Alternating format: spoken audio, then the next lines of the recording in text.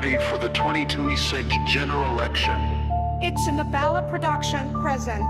Bringing Kiwi's election 2026. Covering electorates from Cape Reinga in the north to Stewart Island in the south, everywhere in between. Available not just in your community hall, but also to watch from the comfort of your own home. Watch live and watch later.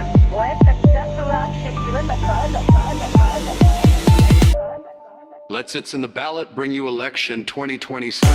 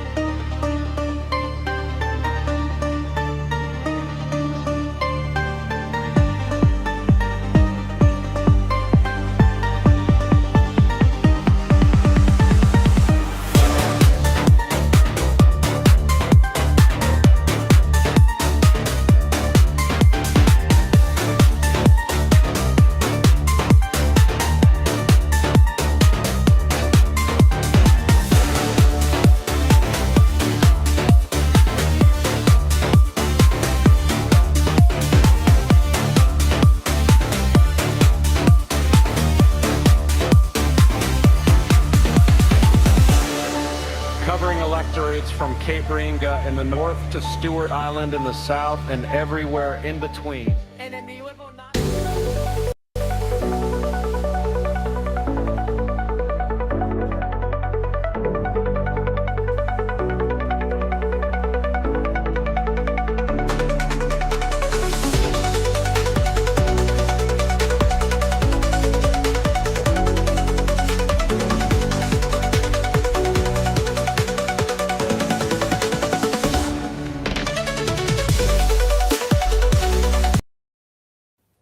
And welcome. And how's spicy jalapeno margarita going? Oh, yeah, I had a pretty spicy week last week. As you can imagine, the cat saga, as I was talking about, trying to find my missing cat. Well, it turned out that the missing cat had bacterial pneumonia, so he spent about a week in the vet clinic. Oh, God, that doesn't sound fun. Home now? He's home now, yeah. Very quiet and probably sleeping a ridiculous amount of time now? No, he wants to eat everything in the house. Oh, God, oh, heck. Oh, okay, yes. Oh, here he is. Hello, here he is. Here he is. Yes, he's feeling much better now, aren't you? Hello. Yes, you almost died. Yeah, some vets being made rich. Oh, yeah, it only costed me about $1,000. Yeah, which is you pretty... can't ask Te Whana Ora to pay for it. No, but, you know, I mean, put it this way. He had a medical team of 5 people. He had 2 veterinarians and 3 vet nurses.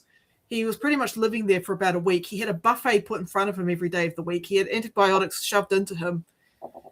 Yeah, no, that's pretty good. Actually, that's pretty good. About it. That's not bad, considering if you're saying the United States, add a 0 on the end of that, and then add another 0 on for the if there's operations or anything that goes with it. Yeah, and you know the result is he's a very happy cat, yeah. Now he's a very clingy cat because he was gone for about a week. Oh, okay, yeah. That's. I don't know if you grew up with cats, but yeah, cats can be quite. No, my mum couldn't stand them. Oh, she's a dog person. My dad did have a cat, but they weren't. I was going to say he's had different cats at Hokio Beach at the time, but they were, apart from Roxy, they were just basically did not interact with you at all. They were good pest control. But this guy is quite different. Like he was making friends with everyone at the vet clinic. Oh, yeah. Like, Dad's... I'm not sure if Roxy is still alive now, but when Dad got Roxy, it was a sudden jump. because Roxy went from like, oh, you're a new person, you got to play with me, sort of thing. It was quite weird, and so that was different. I know when I was in Coromandel Street, Charles had a cat called Cat. Don't know why the hell he called it Cat. I mean, he could have called it the Chinese name of Cat, because his first language is Mandarin, not English. But besides the point, but that's what he named it. She was fun and playful and all that sort of thing. But yeah, I mean, I've got to say, I've never really got to the stage of actually owning an animal. Like, I considered it after Charles left. I considered finding a cat to replace his one, but ultimately, in the end, there were when we got a little heads up from the landlord that he might have to end our lease to do repairs, was just a telltale sign, don't get an animal. And it probably did pay off in that situation. But that might all change now where I currently am. I might see if I can potentially have that. Yeah, I mean, I have the opposite effect on animals. Just come to me. I don't go to them. They always end up at my door. Like, that's how I got my pet rooster. He slept on my front door. So I was like, okay, you need a home. That's how I ended up with a ram. That's how I ended up with this cat. That's how, like, all of the farmyard just came to me. Well, where you are, it's completely irrelevant. I'd be a bit confused if a ram ends up at our doorstep. Yeah. I mean, put it this way: we don't have a Cornwall Park like Auckland does, where they actually have farm animals inside the inside, like you've got this you've got all these built-up houses, and then suddenly you've got like this random farm, this area over it. Now, where I live, the farm animals come to you. Yeah, or they come running halfway down the road. Yeah. Yeah. Okay. So, for those who are wondering, our current bills we're covering this week is the Natural Environments Bill and the Planning Bill, which are to replace the Resource Management Act. Yep. And submissions are open if you'd like to place a submission on them. And the submissions for them close. When do they close? It should be in my list in here. They close on Friday, the 13th of February, so you still got some time to put in a submission. And yeah, this is your RMA replacement. Yeah, and actually, you should put in a submission as well. Yeah, I mean, hopefully, the notes that I've taken tonight will give people an idea of what they could submit on. Yeah, exactly. Yeah. Okay, let's kick off and let's hear our first speech from the bush.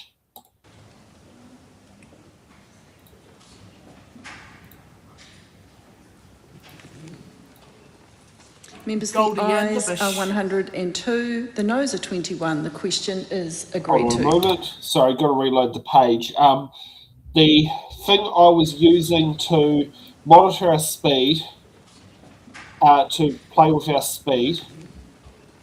Members, the ayes are 102, the noes are 21. Has ended up with malware in it. So Google Chrome has barred us from using it. Oh, wow, okay. Members, the ayes are 102, the noes are 21. The question is agreed to. Planning Bill, first reading. The question is that the Planning Bill be considered by the Environment Committee. Those of that opinion, please say aye. Aye. To the contrary, no. The ayes have it. I move that the Planning Bill be reported to the House by 26 June 2026. The question is that the motion be agreed to. Those of that opinion, please say aye. Aye. To the contrary, no. The ayes have it. The call on government order of the day number 2. Natural Environment Bill, first reading. Honourable Chris Bishop. I present a legislative statement on the Natural Environment Bill. That legislative statement is published under the authority of the House and can be found on the Parliament website. Chris Bishop. I move that the Natural Environment Bill be now read a first time, and I nominate the Environment Committee to consider this bill. At the appropriate time, I intend to move that the bill be reported to the House by 26 June 2026. Madam Speaker, this bill ushers in a new era for environmental management in New Zealand.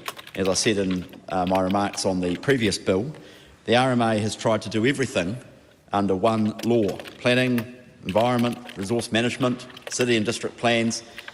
It hasn't delivered the prosperity that we were promised back in the early 1990s, and it has failed the environment. To take one simple metric, almost half of New Zealand's total river length was not suitable for swimming between 2016 and 2020 due to unsafe infection risk.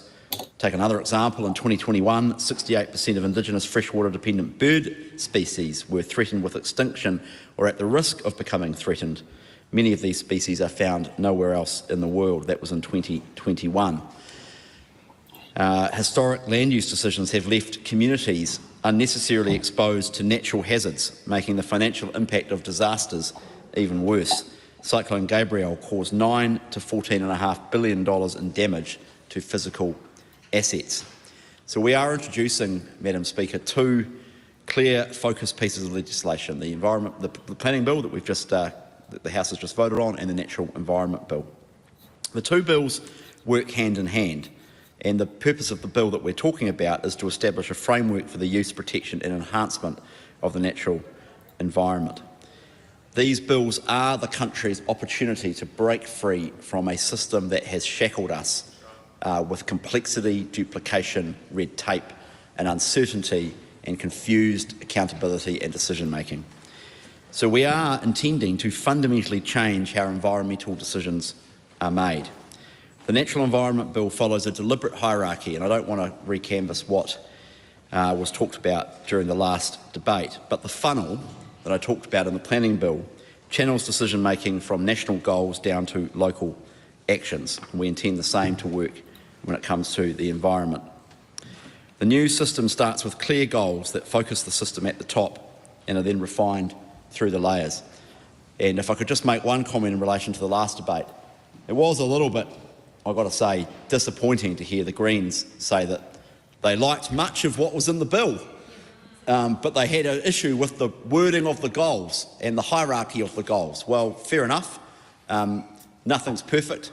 We're up for the debate around the wording of the goals and exactly how they manifest in practice. That seems to me to be precisely the sort of issue that you should get into in detail at Select Committee.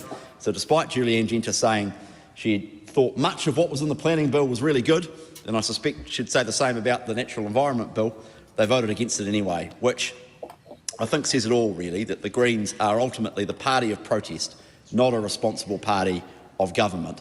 Really pleasing to see the Labor Party recognising, despite a bit of heat and light in the last debate, and I suspect this one too, that this is a big step forward. It picks up on some of what's been developed in the past, changes it a little bit, or changes it quite a lot actually, and is a big step forward for the country. So I won't go through the goals of the Natural Environment Bill, members can read them for themselves, but it is about natural resources within environmental limits, and that is really important. In terms of environmental limits, Madam Speaker, New Zealanders rightfully share pride in our pristine environment, and we have a joint belief collectively as a country in protecting our environment for our children and our children's children. But the RMA has not allowed the development of our resources within environmental limits. That will change under this bill. Central and local government decision makers will be required to set binding environmental limits informed by data and community aspirations. Excuse me. National limits will protect human health, guided by Ministry of Health standards, and regional entities, which are currently regional councils but may change, will set ecosystem limits for fresh water, coastal water, land, soils and Indigenous biodiversity using methods set out in national standards. The Minister can specify minimum levels for ecosystem health limits. There may be circumstances where a council and community consider it appropriate to set less stringent limits than those set by the Minister. This will be possible in the new system. The limits will be legally binding and linked to specific areas through natural environmental plans, with resource use capped or managed through action plans. Exceptions will exist for critical infrastructure, and even then plans must show how limits will be restored over time if they are exceeded. Clear science-based limits give certainty about what activities are likely to be approved to ensure conversations happen early and incentivise efficient resource use. I do think this will lead to innovation, the reduction of environmental harm, and it will help manage cumulative environmental effects. There will be protection for Indigenous biodiversity. Regional policy statements and plans under the current system often duplicate national direction and add unnecessary complexity. We are scrapping that duplication and replacing it with a single natural environmental plan in every combined regional plan. This plan will implement nationally set environmental limits for human health, and regional entities will be required to set limits for ecosystem health using the methodology, as I say, set out in national standards. The intention of the bill is to permit or allow more use of the natural environment within limits. The new system is about bringing common sense back into planning decision making. A key part of this is proportionate regulation. The National Environment Bill requires decision makers to take a proportionate regulatory approach. There are procedural principles to embed good practice and set clear expectations in the new system. Voluntary and farmer-led tools will be used wherever possible, with stronger rules used only when needed. The tools include voluntary action and catchment groups when resources are not under pressure, freshwater farm plans, flexible and farmer-led, helping farmers identify environmental risks on their farm and then plan practical actions to manage these. One of the things I find most frustrating about the debate between town and country, rural and urban, is that it's our farmers, Madam Speaker, who are often the environment's best friends. It's in their interest to look after the environment. And some of the disdain directed at rural and urban New Zealand, and some of the rhetoric about environmental vandalism and environmental damage, is frankly facile, misleading, wrong and deeply counterproductive. It's absolutely true that it is in farmers and growers' best interests to make sure we have a natural environment that we can all be proud of. This bill establishes a framework to allow voluntary action, catchment groups who do a great job already within the confines of the current system, and more proportionate and flexible approaches at a local level. It allows for action plans led by councils for getting back within environmental limits when they've been breached. Allows for land use controls which place restrictions on some activities, for example vegetation clearance, diffuse discharges or earthworks. One issue that I know the Select Committee is going to want to get into, Madam Speaker, is allocation. Under the RMA, the taking or use of natural resources such as water, coastal space or discharge capacity is allocated through a combination of permitted activities and consents. Basically, we use a first-in, first-served model. They're allocated in the order they're received, and existing consent holders seeking replacement consents have priority over new applicants. I think it would be fair to say that this is a method of allocation, but it is a method that I think is increasingly recognised as inefficient and inequitable when resources are scarce. Which is not always the case, but when they are scarce, it is not always the best allocation mechanism. So the Natural Environment Bill initially retains the RMA's allocation approach, but it also allows for new allocation approaches, such as market-based approaches and comparative consenting, to be enabled through national instruments. This would be a big change for New Zealand, and I want to flag that right up front. And it is not government policy right now to do that. But I think it is worth having the debate about those instruments and about those allocation mechanisms, and I'm sure that the Select Committee will get into it. That would be a big change for New Zealand, and there would be consequences of that. But it is, I think, tolerably clear that the status quo could be better. Making that change is not government policy, but it does allow the option and the flexibility in this bill for that system to be turned on. In my, sorry? Well, it's not the status quo, but if the bill passes, it will become the status quo, and it will allow a discussion and a debate about those issues. In closing, Madam Speaker, I wish to acknowledge the hard work of my Under-Secretary, Simon Court, in relation to these bills. And I also just want to take a couple of seconds in the closing of the second of these two very important bills for New Zealand's future to acknowledge the hard work of the Ministry for the Environment team and indeed the cross-agency team who worked on these bills at great pressure over the last 2 years. They have been first-class performers for New Zealand, and they are first-class public servants and first-class New Zealanders. So thank you to the Ministry for the Environment team and indeed the whole of the public service for helping us get to this point. Thank you. The question is that the motion be... So, what's the verdict? Okay, you want me to go first? Okay. Okay, so so basically what he's done here is he's split the new RMA replacement into two separate bills. So we're just going over the first segment, which is the Natural Environment Bill. Now, about farmers, most farmers, the majority of farmers comply with environmental laws and regulations, but some farmers are dicks and they dump things in rivers.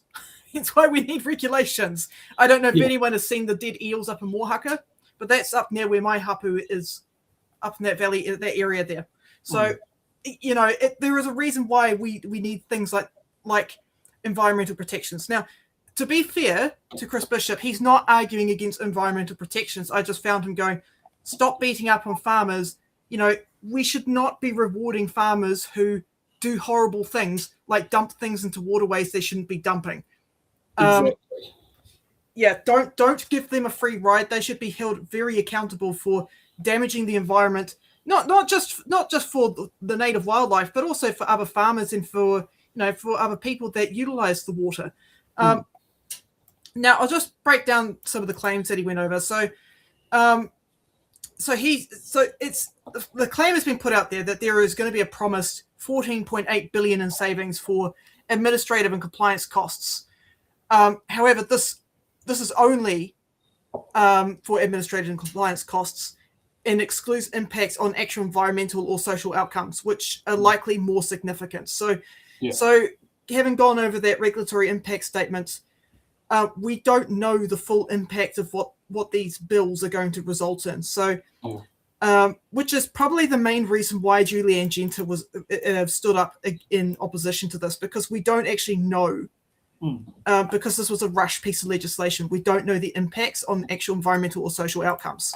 That's very important for Green Party folks, because we're not only we big into the environment, we're also big into things like participatory democracy, which is where locals get to have inputs into what's being built in their backyard. So we're kind of more, and we with other things like fast tracking and stuff like that.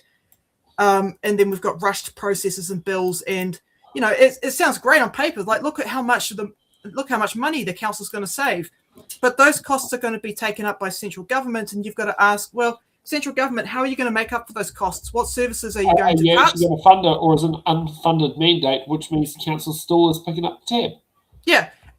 Or are you going to cut healthcare, or are you going to borrow, or what are you going to do in order to make up? What are you going to sell assets to make up for that? What are you going to do? And we just don't have any of those answers in the regulatory impact statement. We don't have an idea of how the extra money that would normally be picked up by the councils, how that's going to be paid for by central governments.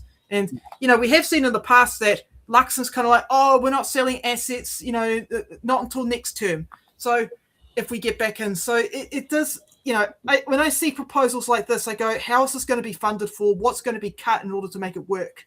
Yeah. I just want to point this other thing out. The preferred two law structure, so the way how he split it up into two separate bills, that was actually opposed by the ministry, because the warning that they gave was that it creates duplication, gaps, and confusion, which can make it actually more costly for government and the users that have to utilize this piece of legislation. Okay, sorry, what did you just say? Sorry, I've just read something Blake has said and it's just like threw me completely off. Oh, sorry. Yeah, I know, I can get a bit drony and boring sometimes. But look, Chris Bishop's, or the blueprint, because it's more than just Chris Bishop that developed this, the two law structure was actually opposed by the ministry because because it risks duplication and can actually cause more confusion for users and can actually result in more costs for central government. Yeah. So did you hear in that speech what the reason was he gave for splitting it into two separate? To simplify the process, to speed things up, not have everything all under one act. Yeah, that's weird because the ministry actually wanted this all under one act. Yeah, because the Resource Management Act actually, what's it called? Because it was broad, it would cover things that might have been missed out under a narrow piece of legislation. And I mean, a good example of that was the original designing process through the Environment Court for the new Dunedin Hospital with it being 60 metres tall. As you might remember Troy Mihaka sitting there and saying, the reason why it had to be 60 metres tall is because there were a lot of old buildings such as churches with steeples that sat at 55 metres. So it would be risk of helicopters knocking these buildings and having accidents. So at 60 metres high, it would be the tallest building in the city, which would then mean, in that particular scenario, would mean that it would not be risk of any obstructions from other buildings in the area because they're all shorter. Yeah. Yeah, and that's what a resource consent process is for, is to find out these anomalies that are in place, what sort of things are in place. Yeah, especially for projects that go against like district planning. Yeah. So it's very important to get that data. But I just went back over my notes again. So the reason that the ministry gave for the 2 laws thing was administering 2 laws is more costly, more confusing, and will make it harder to manage issues that cross over both areas, like natural hazards. So, Cyclone Gabriel, right? If you've got 2 pieces of legislation you've got to comply with, you could get the thumbs up for, yep, this is consistent with what councils want, but it could also get the thumbs down because it's not fitting within environmental standards. The ministry went on to say that there is no supporting evidence that having 2 laws would be more successful than one improved law. I can mention on a resource consent application for the Johnsonville market, the noise department were given the green light ahead, but the traffic department needed to impose conditions on the consent. Yep. And that was something, and this is with it. This, and that is what these sorts of things get dealt with at a resource consent hearing. Yeah. Is the fact that the traffic department and the sound department had different things, and I mean, in the case of the sound department was. It was a sound noise rating of the maximum noise we got was 54 decibels, which is which you're allowed to exceed the 50 decibel limit this is for Johnsonville of a maximum of 15 minutes, which is usually allowed for, say, if a noisy truck drives past sort of scenario. It's not blasting your music at 80 decibels to sit there and annoy the market foot goers like what one person did. Yeah, or to kind of give a really simple example of what it would look like on a council level is, so you apply under the Planning Act, right? The Planning Act focuses on enabling urban development infrastructure. So the council assesses, does this meet zoning rules? Does it align with the spatial plan for growth? Are roads and utilities properly provided for? If the likely outcome for that, right, if it gets the ticks, gets the thumbs up, is that consent is going to be granted because development is consistent with land use goals.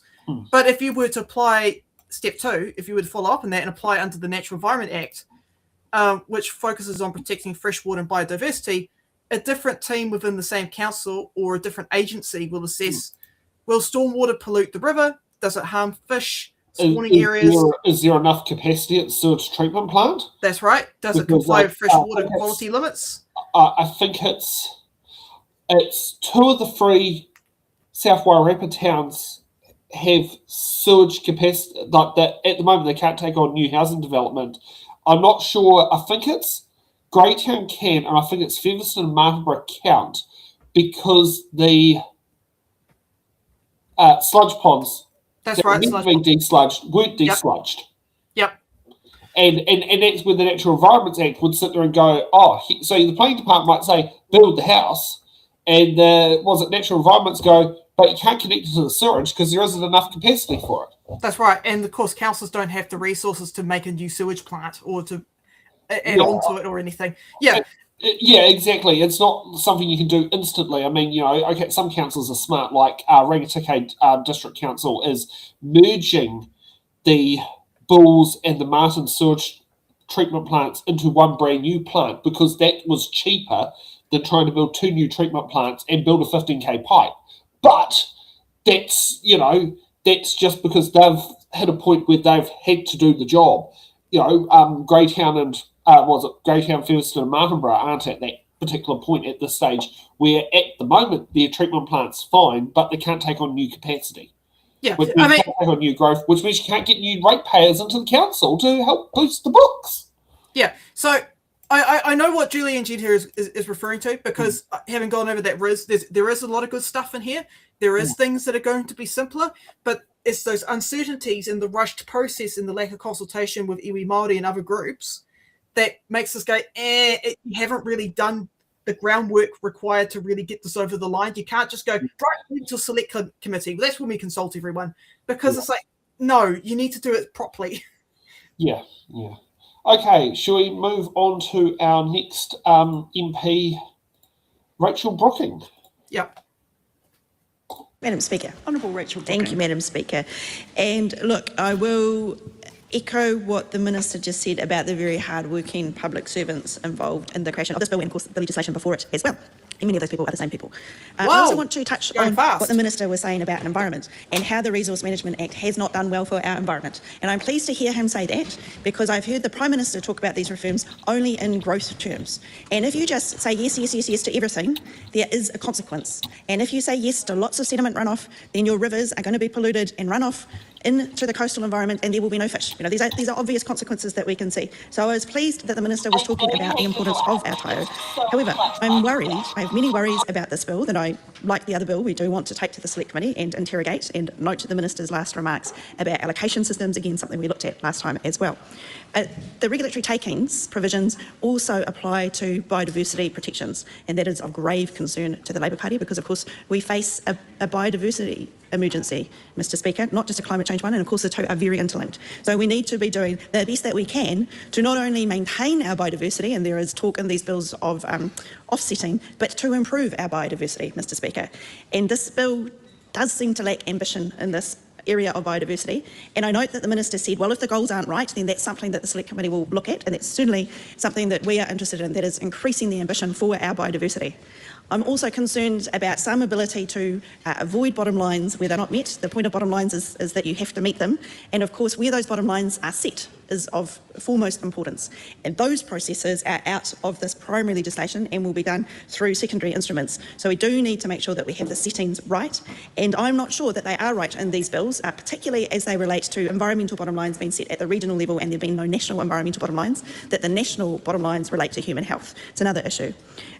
I want to again talk about this relationship between this bill and the other bill, and I really think there is some thinking, and it was reflected in some of the Minister's comments there about the rural and urban settings and communities, that you can just neatly separate our environment from our urban cities, which of course include the environment in them. You cannot do that, and we see that when you have a urban development in a city without adequate protections for earthworks, and if there is going to be a flood, what happens to the dirt that's sitting there that's going to run into the drains and then run into the coast, that is an issue to do with river quality. If it goes into a stream and then it goes into the coast, but it is also an issue to do with urban environments and building the more houses that all of us want here. So we do need these two pieces of legislation talking to each other, and it would be better if they were in the one act. I'm also very concerned that we have not seen in these bills much talk about the importance of green spaces in the urban environment. We're saying you can do whatever you like on your property, we're not looking at urban amenity, but green spaces do a lot of heavy lifting around stormwater runoff, Mr Speaker, and we know with climate change that we're going to get more and more rain. So it's important that we have the mechanisms for those green spaces to, one, be required, and two, be paid for. This is a big issue. Also, I'm disappointed that these bills do not deal with climate pollution, and I think that they could. So in my final seconds, I am disappointed that these bills lack ambition for improving our environment, but I do want people to submit on them and to demonstrate the pollution that prevents us from swimming in rivers, from eating our mahinga kai and having safe drinking water. I think we've managed to find out how to get the speed up properly. Sorry. On the keyboard mutes multiple things at once. Any thoughts? Would you like to talk about what she just said or anything? It is definitely mentioning flaws that are in the bill. The fact that it doesn't take into environmental pollution into the Act, where the current RMA actually does take that into there. And also the fact it doesn't help with the fact that the government is looking at scrapping regional councils, which are environmental watchdogs. But maybe with the way these bills are, the desire is for our environmental watchdogs to no longer be in the picture. And maybe that's a sign of a predetermined, a desired outcome. I wouldn't say a predetermined outcome, a desired outcome. Yeah, I also find it quite interesting that, having gone over the RIS, that a lot of these things are not really formal. A lot of these decisions, a lot of these things relating to the environment itself are kind of more up in the air, like they're still in the process of being developed. Yeah. Which is a bit concerning. Like, if you've got a bill that's not quite fully fleshed out, it's just like, hello? Is it like relying on the hypothetical idea of technology will solve it in the future? That's the impression I'm getting from this. Which seems to be it seems to be a more right-leaning stance of, technology will deal with the environment when it comes to it, which is like a complete literal farce, because it's like you're banking on something that might not exist. Yeah, that's right, and that's also one of the problems with this bill. Like, I was looking over the goal and, looking over the introduction of the bill, right? They say that's going to make it easier to get stuff done in the future by enabling delivery of high quality infrastructure for the future, including doubling renewable energy, right? Well, okay, where does that put things like the ferries? Where does that put things like the offshore wind farm that's left? How are you going to do these things? How are you going to meet our environmental commitments when you want to make it easier to set up a mining pit? A lot of these goals, right? For anyone that's been to like uni and has to do like demonstrate that you can write down goals and that you can commit to the goals. That's something we had to do at Massey, right? Yeah. This wouldn't pass the sniff test, but this wouldn't actually pass because a lot of these goals are really open-ended and they're quite vague. I mean, hey, they could put tax compliance in there and it would still probably meet the structure. Yeah, like doubling energy production, right? Renewable energy production. By when? Yeah, exactly. But that's nice. That could be like, it's like, if it's 100 years by now, have you achieved your goal? Like, yeah, exactly. Like, where's the goal? Like, like the saying goes, they keep shifting the goalpost. Well, in this case, they're not putting the goalpost in the ground to have something to measure to. Yeah, and it's like, there's another thing too, like adapting to the effects of climate change, okay, while reducing risks from natural hazards. What does that mean? Shouldn't we be trying to mitigate the effects of climate change? Yeah, exactly, yeah. Like, what do we mean? There's just little things like that I can just go in and go, well, adapting to the effects rather than mitigating the effects. Just the language does matter when you're putting when you're writing bills, because it's like, okay, that means, it's like, okay, we can adapt by having this road that's higher up off the ground than this previous road, but that's not actually reducing the amount of pollution that's contributing to the problem that we're seeing in the environment. It's things like that. It's I don't like these open-ended goals and this vague language that's in the bill. Yeah. Okay, let's get on to Huhana Linden. Mr. Speaker. Huhana Linden. On behalf of Te Rōpū Kākāriki, I stand on behalf of our team as we consider this new legislation, the Natural Environment Bill. Now, we want to acknowledge Minister Bishop's efforts to keep us updated and the briefings received from officials. Acknowledging also, it's pleasing to see that water conservation orders are being kept. We acknowledge also the reduction in the number of plans as being good progress, and the greater reliance on the national direction is good. But it's just a matter of where we're going with the national direction, of course. As Te Rōpū Kākāriki, we are a party for Te Tiriti, for Te Taiao and for Te Ora o Te Tangata. And we acknowledge that the RMA has not been effective in protecting Te Taiao. But, we've been in the RMA for the last 2 years because of the repeals, and now we're back here. And as tangata whenua, Te Rōpū Kākāriki can see that the Te Tiriti provisions are not strong enough, and reducing the role of iwi Māori in this space is not good.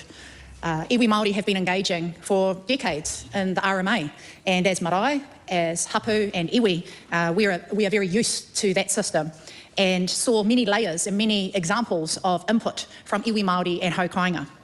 In this bill, it recognises the Crown's responsibility to Te Tiriti, but it's actually weaker than the original RMA. It doesn't go far enough. And in fact, it's relegating us as tangata whenua to consultation only. Now, it says that this legislation, we've heard that the legislation is there to provide a clearer role for tangata whenua within the new legislation. But that's not true really, because we don't even have a broad te tiriti clause from which we can provide our responses as tangata whenua in this space. And we can clearly see that there is a lack of decision-making input that iwi Māori have moving forward. Now, This legislation is no different to the fast track, where we've seen a hierarchy of Māori, those with Crown mandates, those with settlements, those that have statutory recognition, those with iwi hapu environmental management plans. That actually skips the opportunity to provide an inclusive way where iwi Māori as haukainga, whānau, hapu, marae, iwi can input into the legislation, and that's a part of the weariness that we have in what is being provided for iwi Māori moving forward. Mana whakahono arohe have been a space where we've seen a lot of mana whakahono arohe come through. And in this legislation, it provides space for the existing agreements to be maintained and those that have been initiated previously. But we note there will be no new mana whakahono arohe agreements unless it's via treaty settlement. That's limiting, again, creating the hierarchy of Māori and how Māori enter the space for the regulation in taiao matters in this new piece of legislation. Many fish hooks and barriers will arise for iwi Māori as they come into the submission process. We invite the voice of impacted whānau, hapu, iwi and marae to provide voice to these very, very real issues that they've experienced over the years, and this could be an improvement if we had strengthened space for us to have shared decision making, shared input, and that all tangata whenua voices are included. That is not guaranteed in what is being provided. We have some worries in terms of our environmental bottom lines, and when we think about the regulatory relief or the form of compensation to come that prioritises te hunga whairawa, those who are the property owners, we get worried for councils because as they look to establish rules, whether it's for Indigenous biodiversity, significant natural areas or sites of significance to Māori, they're going to have to make payments of compensation. Who has the deep pūkoro to pay for this compensation is a big question that we have when it comes to the cap on rates that councils will have moving forward. Nā wai utu I ēnei nama hei ngā tau e tū mai nei. So there's heaps to do and there's plenty of concerns and we object. Kia ora. Yeah, there you go. Yeah, well, that brings up a good point. Like, what happens if you're currently in negotiating a settlement but not have it yet granted?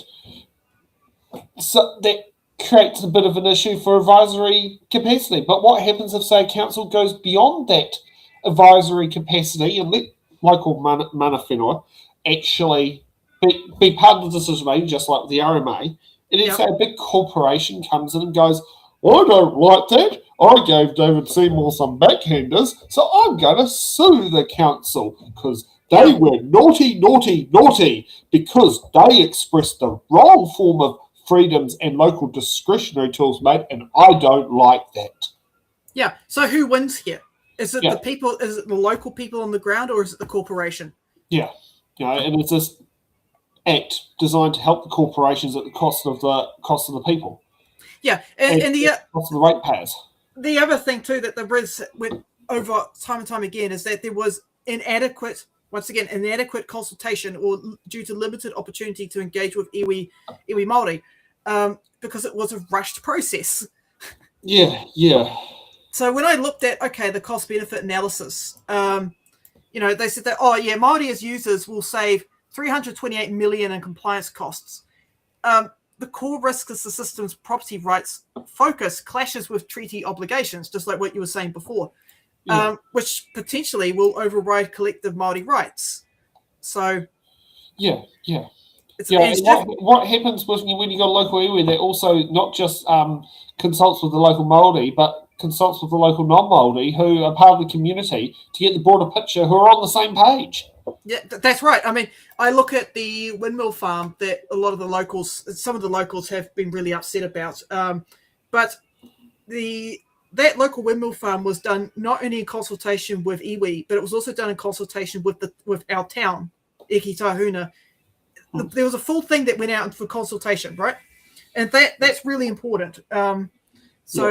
I do wonder now with these new rules and regulations, could a corporation just come in and just muscle out that consultation? Yeah, exactly. You know, and are we prepared for that? Yeah, if you're a libertarian like I am, a left-wing libertarian, you should be screaming into your pillow because this is a fucking nightmare. Yeah. Okay, we're going to get to what looks like to be a bit of a lengthy speech from the ACT Party. Mr. Speaker. Simon Court. The RMA has had its vice grip on New Zealand for far too long. Its integrated management approach fostered the falsehood that protecting the environment means resisting and delaying the necessary and inevitable growth.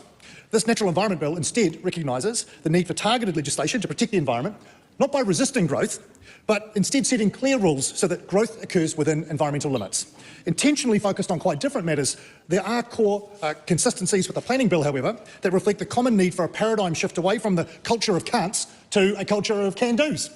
Each bill has clear goals that set the objectives for the bill. These focus the system and funnel limits that flow down through the rest of the system, through national policy direction, through standards, environmental limits, natural environment plans, and then, where still needed, although much reduced, the need for permits. Public involvement will be front-loaded into higher-level processes and on important matters such as plan making and limit setting. This means the new permitting process will no longer have to reconcile either reckons or blessings from every Tom, Dick and Harriet and who aren't material affected and don't live in the district or region. We also recognise that communities must have flexibility when expressing their priorities and values about the environment that are important to their region. That is why the limit setting process accommodates communities' social and economic aspirations as well as their aspirations for the environment, because stewardship is strongest when it recognises human needs, not when it denies them. The no net loss goal for biodiversity recognises opportunities to drive better biodiversity outcomes through offsetting in places where offsetting investments, biodiversity investments, are more impactful. Quite a contrast to the common RMA demand to protect things in place. It's a high-cost, low-benefit outcome which has not improved the environment. This RMA rigidity is something that our farmers have felt more broadly with regulations on their farms than any other sector. They've often faced costly, disproportionate and duplicative controls. For this reason, we've focused on a graduated approach to interventions on people's farms, so the government is only regulating what is necessary. This recognises the great work and the outcomes that our farmers frequently produce through their freshwater farm plans, through voluntary action on farm, and through the catchment groups that make wonderful efforts in their communities. And as with the planning bill, when it does come to imposing land use controls on farms, regulatory relief will play an important part in the culture shift we demand. Under the RMA, we've seen property rights trampled by councils imposing SNAs with a colouring in pen on people's private property. While biodiversity protection is a valid cause, it is for the public good nonetheless. And this practice has, under the RMA, had indiscriminate and disproportionate effects on private property owners. The bill's regulatory relief mechanism for biodiversity controls on private land ensures we have a mechanism that protects biodiversity where it matters and where a public good is such that councils can justify to their ratepayers the cost of the relief to the affected landowners. Then we have the low-cost planning tribunal. This is intended to combat any legacy RMA inertia, because people need a referee on the field to police things like disproportionate demands for consents, unfettered information requests, and insufficient regulatory relief, all of which have been rife under the RMA and which must end in the system we're replacing it with. Finally, sitting atop all of this are the procedural principles that will drive the discipline that has been so lacking in our planning system, with proportionality being of particular importance to drive the culture shift. Mr. Speaker, the Natural Environment Bill shows how we can protect our environment in a balanced, proportionate and rational way. I commend this bill to the House. Good on you, Simon Court. That sounded like a functionable speech. Don't agree with a lot of everything that was said into it. It's a shame that you refer to as the cannots as being cuts, which I think is a bit misleading. And rather, it should be that focus from the cannots to the can-dos. Yeah, I could quote Brooke Van Velden, but I don't know if we would get censored. But yeah, putting the N back in cuts, that's all I will say. But yeah, I mean, look, let's go to the notes. Okay, so this is where I got confused too, reading the bill, because the bill says no net loss in biodiversity. But we can look at other bills, right? Like the amendments to the Wildlife Act that allow for the incidental killing of native wildlife, including kiwis.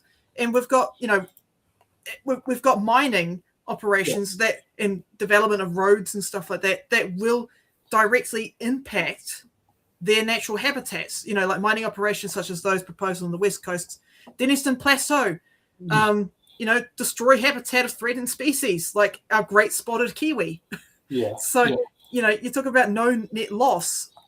Are you going to try and compensate for that by having a massive breeding program to go, oh, look, the numbers all balance out. We've replaced all the killed kiwis with these lovely new kiwis that were bred in captivity. However, we cut funding to DOC. So how the fuck are we going to achieve that? Is it just going to come from the private markets? The private market going to start breeding kiwis? Like, what are we going to do?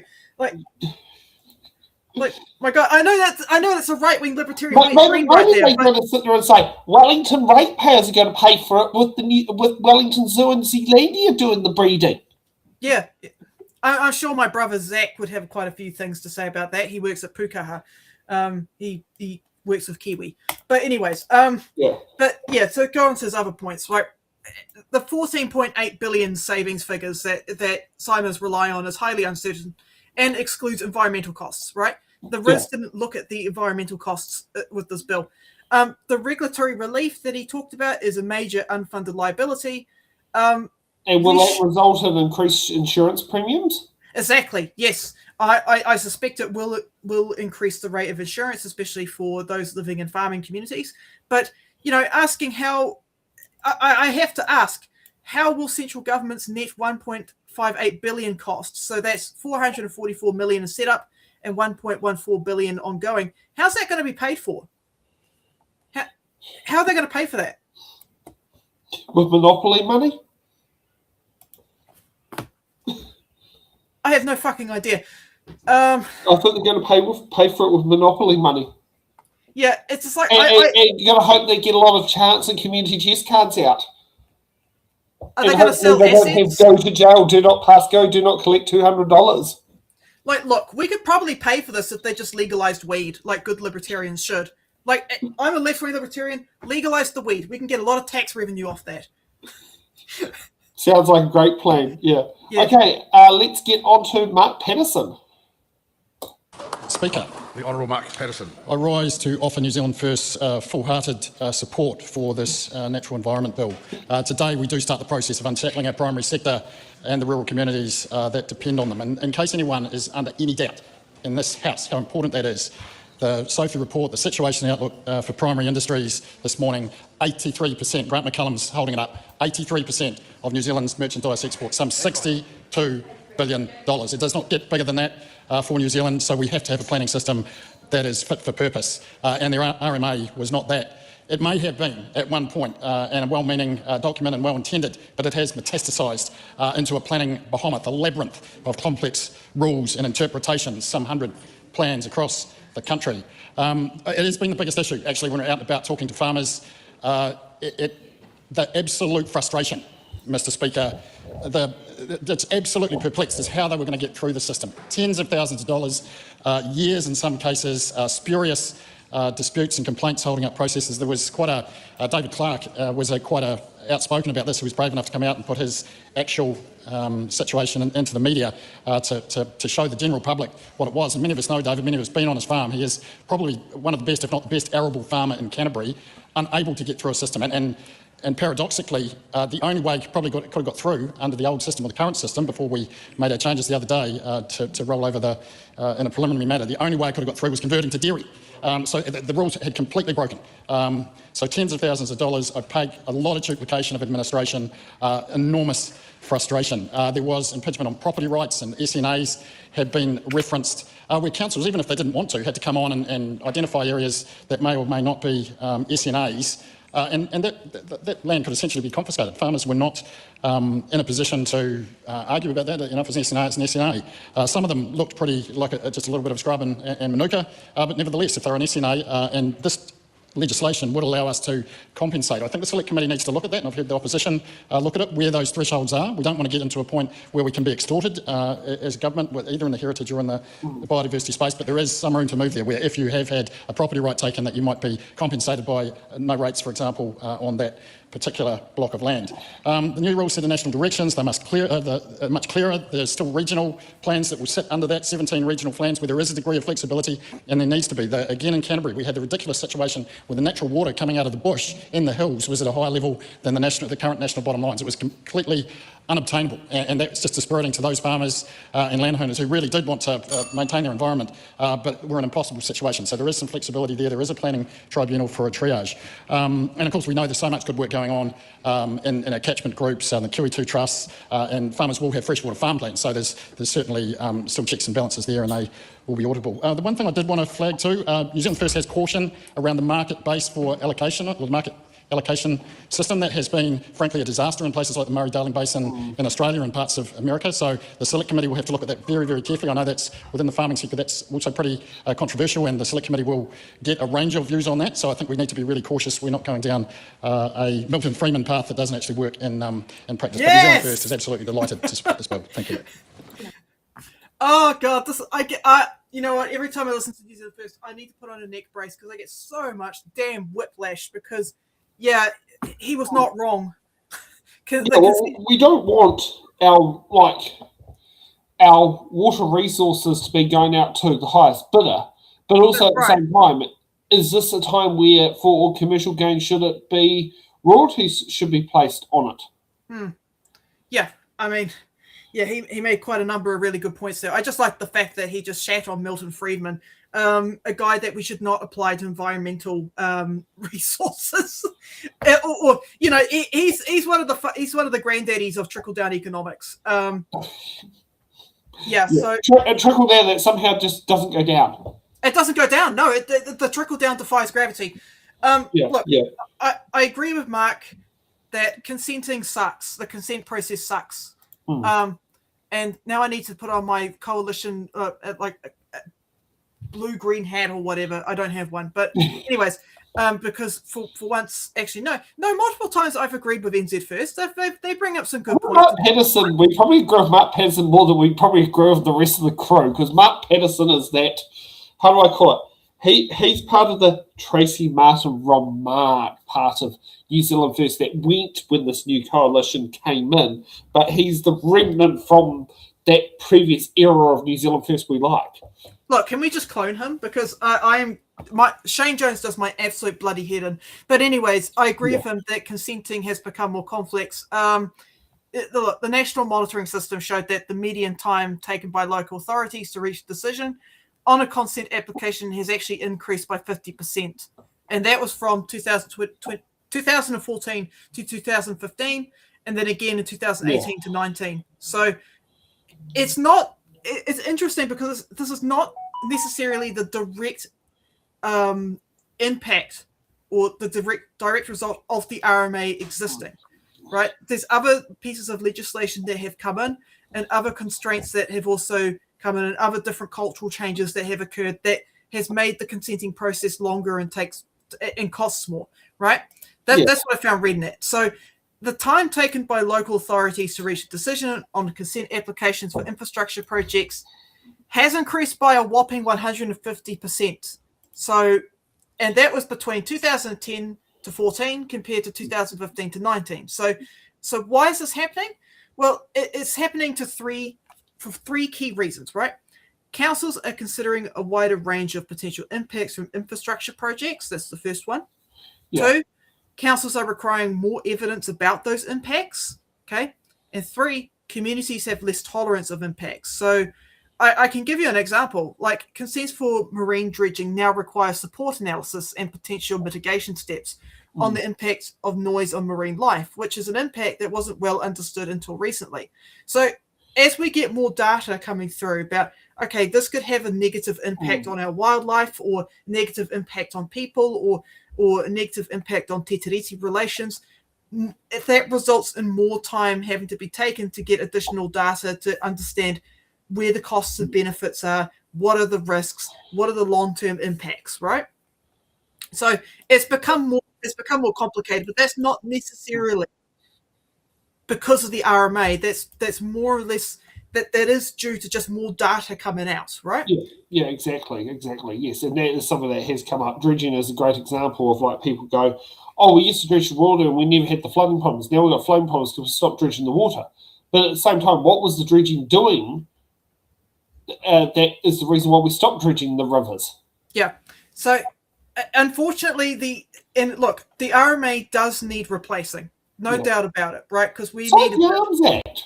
Yeah, I mean, it's like the Arms Act, right? It needs a good cleanup. Like we need about 104 billion more public capital to meet the current shortfall in our infrastructure. And if we keep investing at the current rate, we will not keep up with renewals and future demand. We will actually be short by another 1.6 billion in 30 years' time. So we do need to build stuff, right? Yeah. But how we go about it and what we're building, like, for example, if we're prioritizing roads over public transport, okay, that's going to just add on to more costs because we can't just build our way out of a deficit, right? We also have to encourage people to change some of their behaviors so we can save money in the long term. Public transport is cheaper for everyone. Such as maybe riding a bike Or to taking give the birth train. to a child at hospital instead of taking the car. Or taking the train, right? Yeah. Well, yeah, you know, my local MP, Julie, that's exactly what Julian Genter did. Is on both occasions she rode a bike, which means when her bike got to the hospital, it didn't clog up a car park. That's right. Which means someone else who couldn't get there, who had to get there by car, had a car park available. Exactly. And this is why it's so important to have walkable cities. I know people freak out when they hear 15-minute city, 15-minute woke city. We can't do woke city. And I'm like, why don't you want a woke city? Like it's like saying to my friend Tony, we can't do 15-minute cities, so you should be locked up in your home. What? You know? No one wants you locked up. We can't be locked up in our own cities. You know, because that's something like if you're in the disabled community, 15-minute cities are ideal.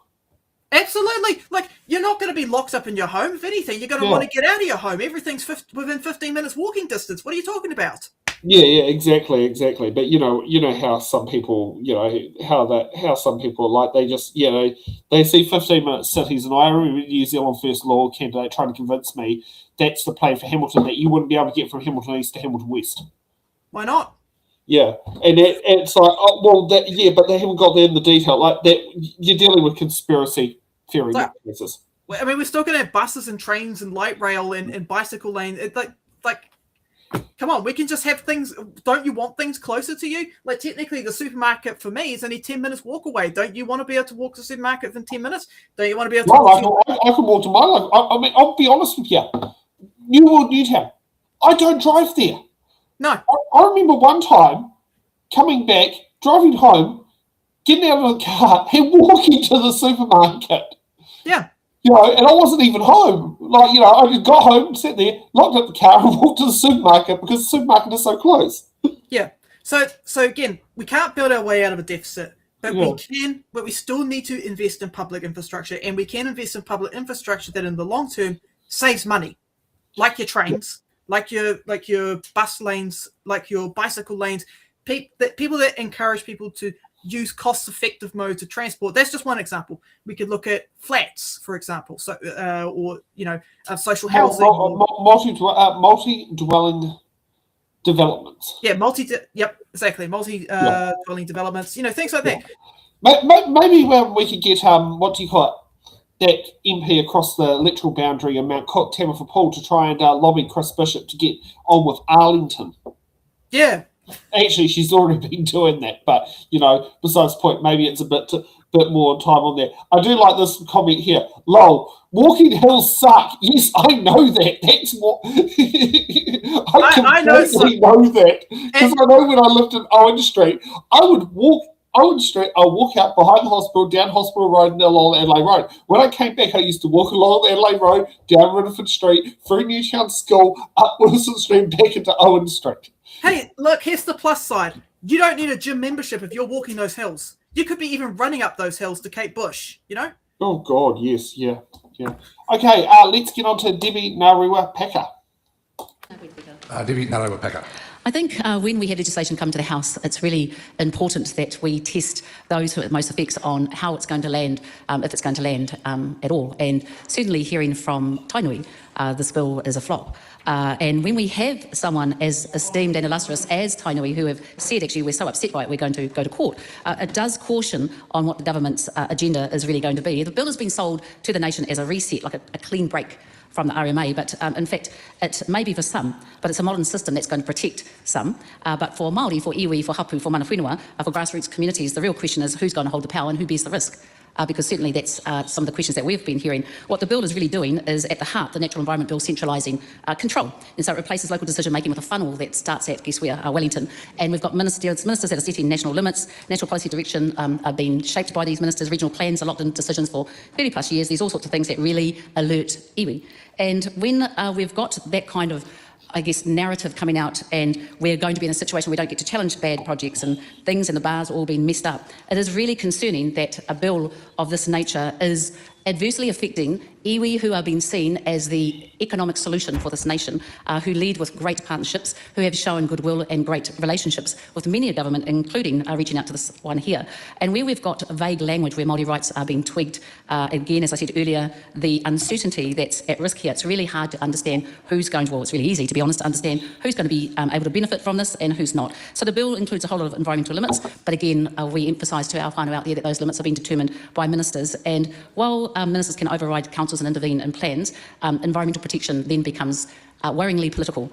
And for many iwi whānau hapu mana whenua, we know what happens when politics start to interfere in the values of looking after our environment, because environment for Māori is not something that stands alone, it's something that we're intrinsically related to and connected to. So it is concerning enough for us to be able to caution our whānau out there to be ready to submit and to make sure that we have really clear understanding about this bill. It has watered down really critical language such as talks a lot about Māori participation. Participation is not the same as partnership as intended in the settlements, and what it also does is provide uncertainty for those iwi who have yet to settle, an assumption that their rights only exist when settlement happens was actually badly incorrect. So we are concerned about the way that this bill opens the door to first in, first served, and treaty rights are not explicitly protected. And again, we risk seeing our taonga turned into commodities for the sake of jobs and economic development. And when we're in those situations, we're actually outbidding short-term gain for whakapapa long-term pain. And I think what the bill has failed to do is recognise Māori proprietary rights and freshwater, geothermal resources that leave long-standing Māori iwi mana whenua claims unresolved. So yes, the bill introduces all sorts of changes that could be celebrated by this government, but it doesn't do anything to respect the treaty relationship that the government is obligated to. We don't oppose reform, but we oppose reform that recentralises power and weakens Māori authority and sidelines communities. So a system that claims to protect the environment while limiting community voice is never a model that should be celebrated by any government. It's not transformational, it's actually managerial. So our message to our whānau is to stay alert, to stay engaged, and do not be silenced by the complexity of the bills before you. And we look forward to seeing this come into the House for the second reading in the Select Committee, and we oppose it as it is. Yep, she pretty much reflected everything that was in the RIS relating to treaty issues, because I do like the point that she said that this concentrates power to central government, because for a coalition, right, coalition government that advocates for small government, this is not really upholding that idea of small government, because if you, at least from a libertarian perspective, small government refers to local government, right, and people power. It doesn't refer to a hierarchy of power, like a top-down approach. That's a very American way of governance out of the structure. Less government, right? When you've got, doesn't necessarily mean less people. It means a more spread out distribution of power amongst the citizens, rather than concentrated into the hands of ministers. And I really like the fact that Debbie brought that up, because when you have good partnerships with iwi, that is decentralizing power. When councils, iwi, and central government are all working together as partners, that's how it should be. But at the moment, power's been taken away from iwi, power's been taken away from local councils, and it's been concentrated into central government. And that really, I know people go, "Oh, crazy libertarian over here," but it's true. I worry a lot about that, because we're breaking down that relationship between citizens and those that are being elected to represent us. Okay, let's get on to super chats, because we've done 6 speeches. Alrighty. Oh, I like Kiwibirb's cat. I like my cat too. I think he's a good cat. You're a good quality cat. Oh, he's purring now. He's lying on my bed and he's purring away when I said that to him. By the way, I spoke with some doctors today about New Zealand drug laws and the need to change. They think medical cannabis should be available for serious health conditions. I agree.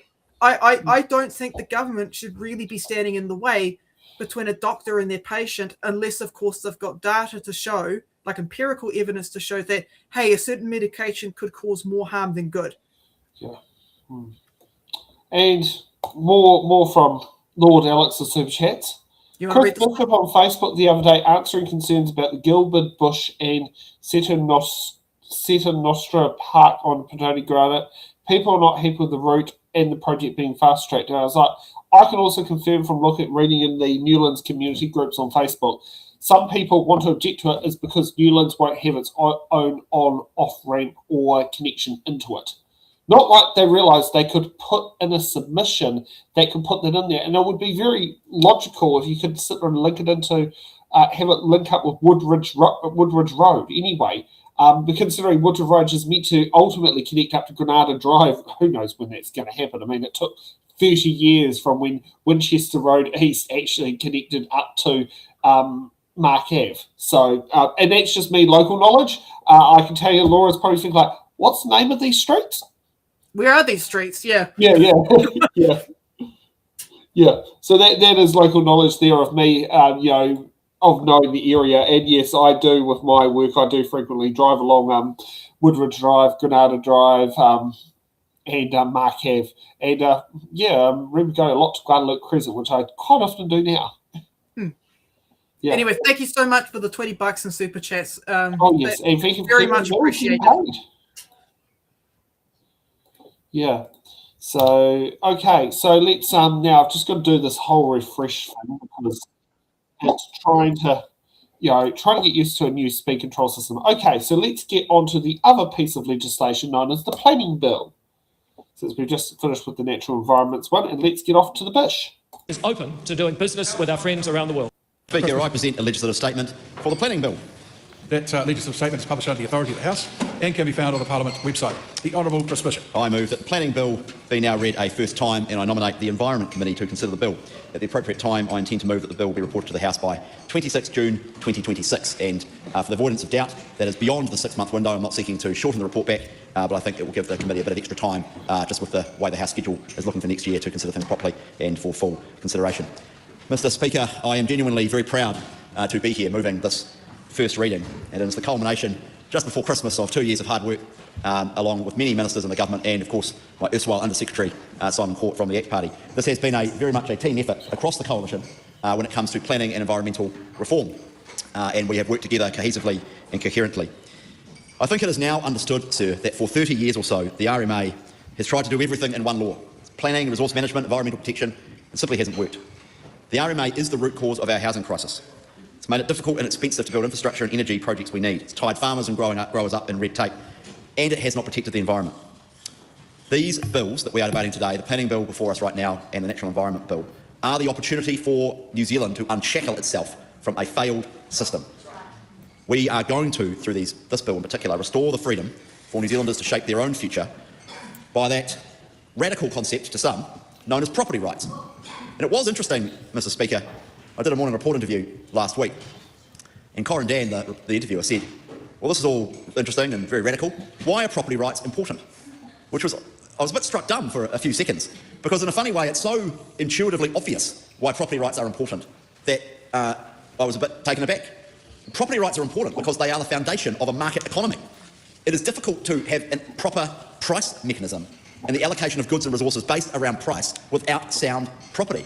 And we've had experiments in the world and economies run not on price and not on the basis of private property being the foundation stone of that economy. And generally, they haven't gone very well. No, it's true. Well, all of the Soviet bloc from 1945 through to roughly 1989. In contrast to countries that embrace private property and market-based economies tend to do better. Now, I didn't intend to start my speech by echoing the great battles of the 1980s, but it seems to be there seems to be that period of time just before Christmas in December to recast those battles. Anyway, this new planning system is going to radically change how we build our houses and infrastructure. And I want this speech and the speeches to come to be an articulation of Parliament's intent. The planning bill and the natural environment bill have been designed deliberately, sir. We've got a planning bill for planning and regulating how land is used, developed and enjoyed, and another for protecting and enhancing the natural environment. Not every development has an environmental impact. It does not need to be caught up in a natural environment regime. The planning bill that's before us now is critical to accelerating housing and infrastructure delivery. The bill introduces a significant change in what gets regulated, so more things can be done without needing a consent and allowing more people to enjoy their land. We estimate we can cut consent volumes by up to 46%. Now, that's an estimate. It's been done by officials, and I'm sure the Environment Committee will want to test that work over the course of their consideration of this bill. But that itself is a radical reduction in the number of times that people need to ask permission from the local council to do things. So the shift is delivered in three ways. We're proposing to narrow the range of effects that councils can regulate. So we need to focus the planning system on real impacts, things like noise and vibration and shading. Those are legitimate things that the planning system should consider. But The bill contains a list of effects that are deliberately out of scope.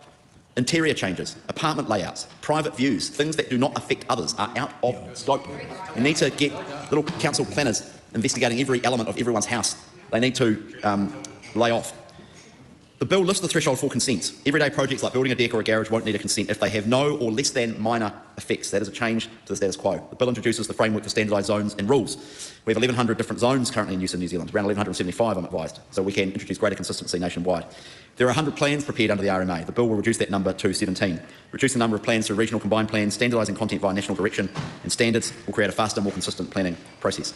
I do want to take a moment to explain the core structure of this bill and the Natural Environment Bill, because the architecture is what drives the system. It sets the hierarchy, locks in certainty and ensures every part of the process aligns to faster, clearer decisions. We've been calling this the funnel.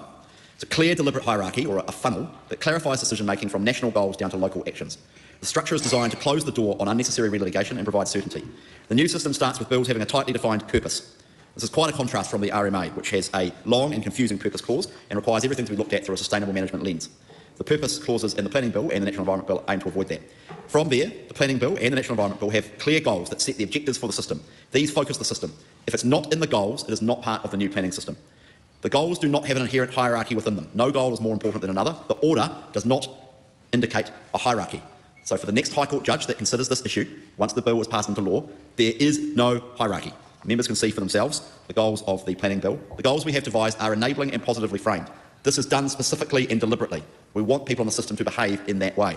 We've taken great care to ensure that each and every one is required to be in the primary legislation. I've no doubt that the committee will kick that around and I look forward to that. Under the goals sits national policy direction. This particularises the goals. It's the way for the government to set clear expectations of councils and system users and define what must be achieved. Every goal will have accompanying national direction to particularise and explain them. With these measures in place, everyone will know exactly what is expected. Beneath national policy direction are national standards. They set out how national policy direction should be implemented through the combined plans, how councils develop the plans and what people can do when doing certain activities. National standards must implement national policy direction. Below that are regional spatial plans, which are within regional combined plans. They play a key role in the system. They're the place where strategic trade-offs are made about how land and natural resources are used. Regional spatial plans have to implement national standards. There will be a land use chapter under this bill and a natural environment chapter, which is the Natural Environment Bill. These govern local actions and rules. And here is the critical point, sir. Land use and natural environment chapters must implement regional spatial plans and national standards. Each instrument is built on the one above it. This is not guidance, it's a legal requirement. And then there are consents under the Planning Bill and permits under the Natural Environment Bill. The impact of the funnel means that the consenting authority cannot refer back up to or relitigate any direction made in the instruments that sit higher up in the system. When decision makers act under the bill, they begin by looking at the instrument directly relevant to the issue at hand, only looking upward in the hierarchy if there's something missing, unclear or in conflict. This ensures that every decision follows the hierarchy, with each layer reinforcing the next with clarity and consistency from top to bottom. This is a decisive shift from the past, ensuring that every decision is anchored in clear, enforceable direction from the top down. It does mean greater responsibility on the government for robust and effective national instruments. That has not been in place under the RMA, or certainly not over the last 20 years in particular. We will be doing that through the new system. I'm going to let my colleague Simon Court and others to follow talk about other areas of the bill. These are substantive changes, sir, and I'm looking forward to the consideration by the committee.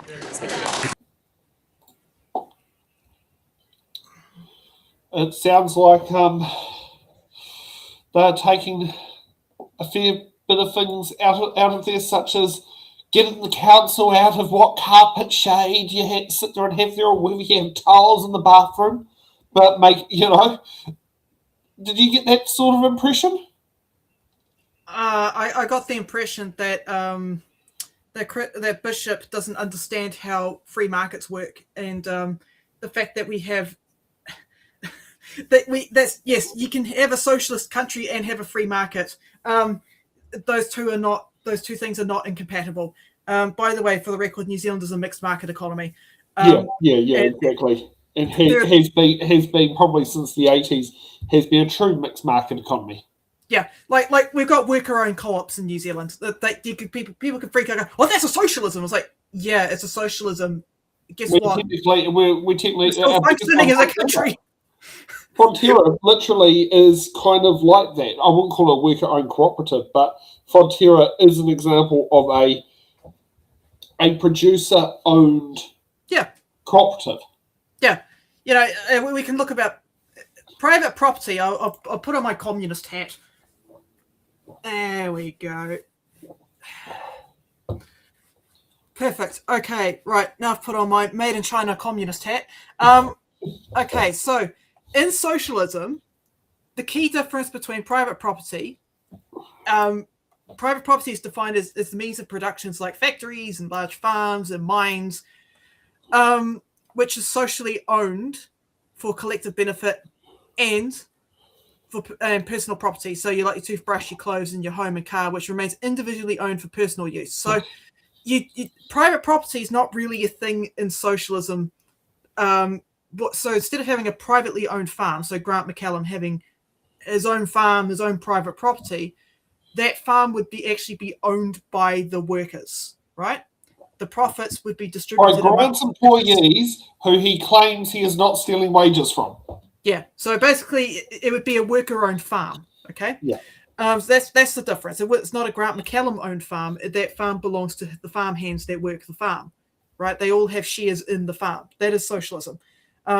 Is that compatible for free market? 100%. Yes. You can have market pressures that demand, like, okay, we need to produce this, or the customers want you to produce this.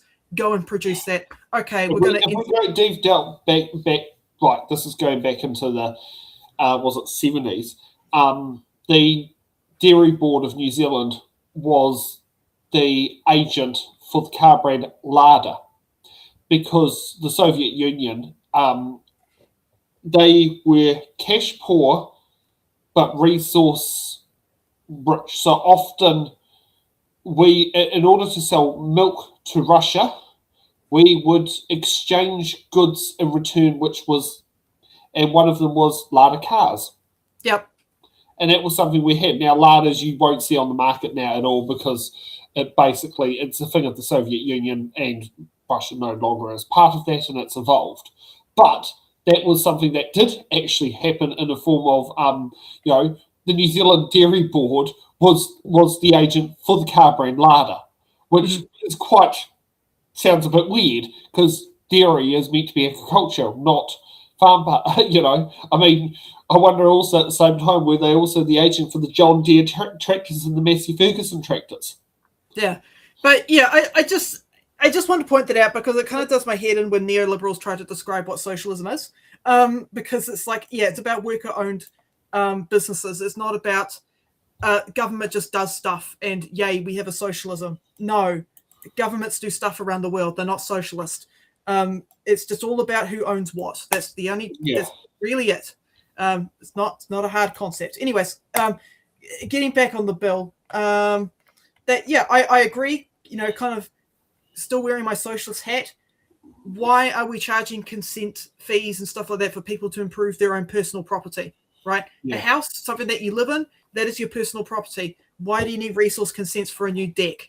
I don't know. I don't even know if that. I wonder if that's been confused between a resource consent and a building permit. Yeah, I think it is. I think that's the problem. Is a lot of people misunderstand that. A building permit is to draw up your plans, have an expert known as a building inspector go over to say yes, the designs are correct, or no, they're not. Suggest adjustments and go from there. And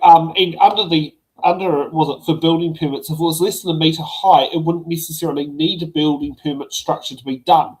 So it only needed it if it was more than a metre high, it would need a building permit.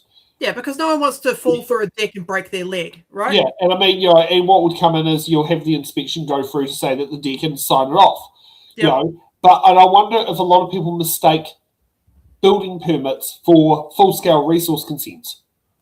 And I think that's half the problem. Is a lot of people are confused by that, because they consider, like that, and because I've heard people go like, "Oh, I need a resource consent for that," and I'm like, thinking like, that doesn't sound like you need a resource consent for that. It sounds like a building permit.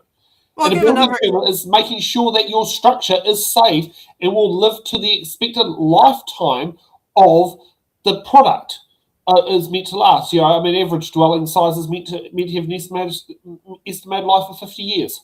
Yeah, I mean, the other example I can bring up too is I've got friends that are farmers. They want to fence off their waterways and they need a resource consent for that. It's like, I agree. When it comes to environmental things, we need to have a better system for that, because it shouldn't have to cost an arm and a leg to get a permission to fence off your wetlands. That should just be a building permit. Yeah. Or a building permit that's possibly in a higher tier structure, because it probably has a lot more that needs to go into it.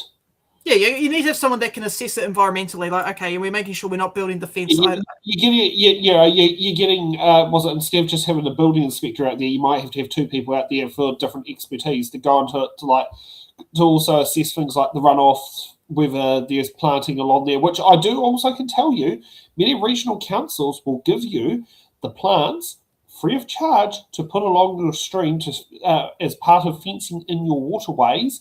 They will give you the plants to absorb the nitrate to reduce nitrate runoffs into the river free of charge.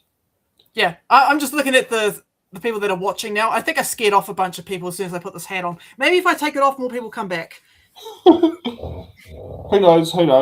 But anyways, put it this way. I think we've got, what do you call it, the Frontier on Twitch, Kiwi Skirt, and Mr. Alex, I think, are definitely watching at the moment. Of seeing free on there, I think they are definitely free that are watching at the moment. Yeah, but yes, I do agree that 5.5% of your total project spend is a bit much to get a damn permit, to get a resource consent. It shouldn't have to cost that much, and it's very clear that the costs are quite regressive. So if you've got a small project that's under $200,000, you're going to spend more than the person who's got a couple $1 million project. Let's say they're a big developer and you're a person that just wants to build a house. Like it's obviously not fair. It's just, we need to have a progressive system. Yeah, it is possibly where it needs to, it's possibly the fee structure not right. Yeah, I'm wondering if that's the thing. Is the fee structure just not fit for purpose? Are the cost recoveries not actually recovering to an adequate level for councils? Yeah, I mean, that's what I'm thinking, reading through this, because I looked at a case study, clearing gravel from a stream bed, right? Okay, this is quite important environmentally, right? And also for water infrastructure and whatnot. So basically what happened is a council-owned water infrastructure firm sought out a resource consent to clear some gravel that built up on the bed of a small stream in order to maintain the water course. This was a small piece of work that would have cost no more than $3,500 to complete, right? Including $2,000 to scope and design the work and $1,500 to remove the gravel. Okay, that sounds very reasonable. Now we look at the consenting costs. The consenting costs in this instance came to $7,500, which made up 68% of the project. That was more than twice the entire cost of physically undertaking the work. And this was because the council required external advice on the potential impact of the work on the aquatic environment. So, there's the costs there coming from having to grab in someone from the outside rather than having in-house expertise. And I've gone over this in the past, that we need to support councils in developing their in-house expertise. Yeah. That would help lower costs. Well, I mean, the other one is, and I wonder who actually had to pay for the consent for what? Was it the city or district council having to pay the regional council? That would be the interesting part going there. Okay, let's move on to our second speaker, Rachel Brooking. The question is, the motion be agreed to. Mr. Speaker. I call on the Honourable Rachel Brooking. Thank you, Mr. Speaker. And unlike the Minister, I only have 5 minutes, so I will not undertake a treatise of where property rights have or have not worked with market economies, but will note that property rights does not deal with the issue of common resources such as air, water and biodiversity. I'll leave that there. Now, of course, Madam Speaker, it was very disappointing to hear last Tuesday the Prime Minister say that this was the first government to address resource management. Of course, in the last government, the Labor government repealed the RMA, and this government brought it back 2 years ago when this government repealed the Spatial Planning Act and the Natural and Built Environments Act. Madam Speaker, they were two acts, and the rationale for that was that the spatial plans might be able to, at some point, link in with infrastructure funding, so they could be in a separate act to the rest of the act, which was a replacement for the Resource Management Act. What this government has done has split the Resource Management Act in two, one looking at the functions really of a regional council, and we'll get to that bill shortly, and one more looking at the functions of a district council, being the planning bill. I say that this is unnecessary and oversimplifies an idea that development does not impact the environment and that you can neatly put the environment to one side. However, we will have that discussion in Select Committee. I do want to note that this emphasis on private property rights and regulatory takings is very troubling to the Labour Party. We are troubled that it will have a chilling effect because councils will be required to compensate for protections in the Planning Act on heritage and landscape, and that will result in there being no protections. We are also note, and it is very frustrating, that there are many similarities with the legislation, and this government could have spent perhaps a month or so reviewing what we did to make some changes, but instead they repealed it, have amended the RMA time and time again to enable more pollution and stop councils from doing their jobs, and have then come up with a new planning bill that will not be passed until sometime late next year. I'm also very disappointed in the differences between this legislation and Labour's legislation about the role of mana whenua, Madam Speaker. It is a great diminishment between our legislation and their legislation, but I also suspect, and this is something that we'll be asking at Select Committee, that it is a diminishment even from the Resource Management Act into this legislation, which is taking us in totally the wrong direction, Madam Speaker.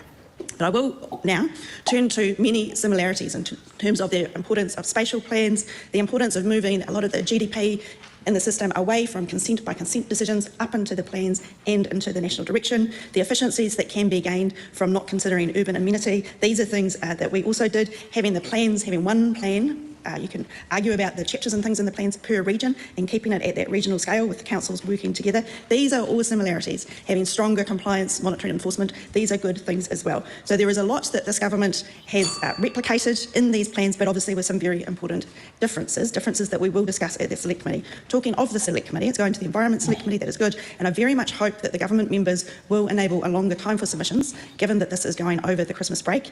Our legislation, also similar timing, and there was 11 weeks given, I believe, for submissions.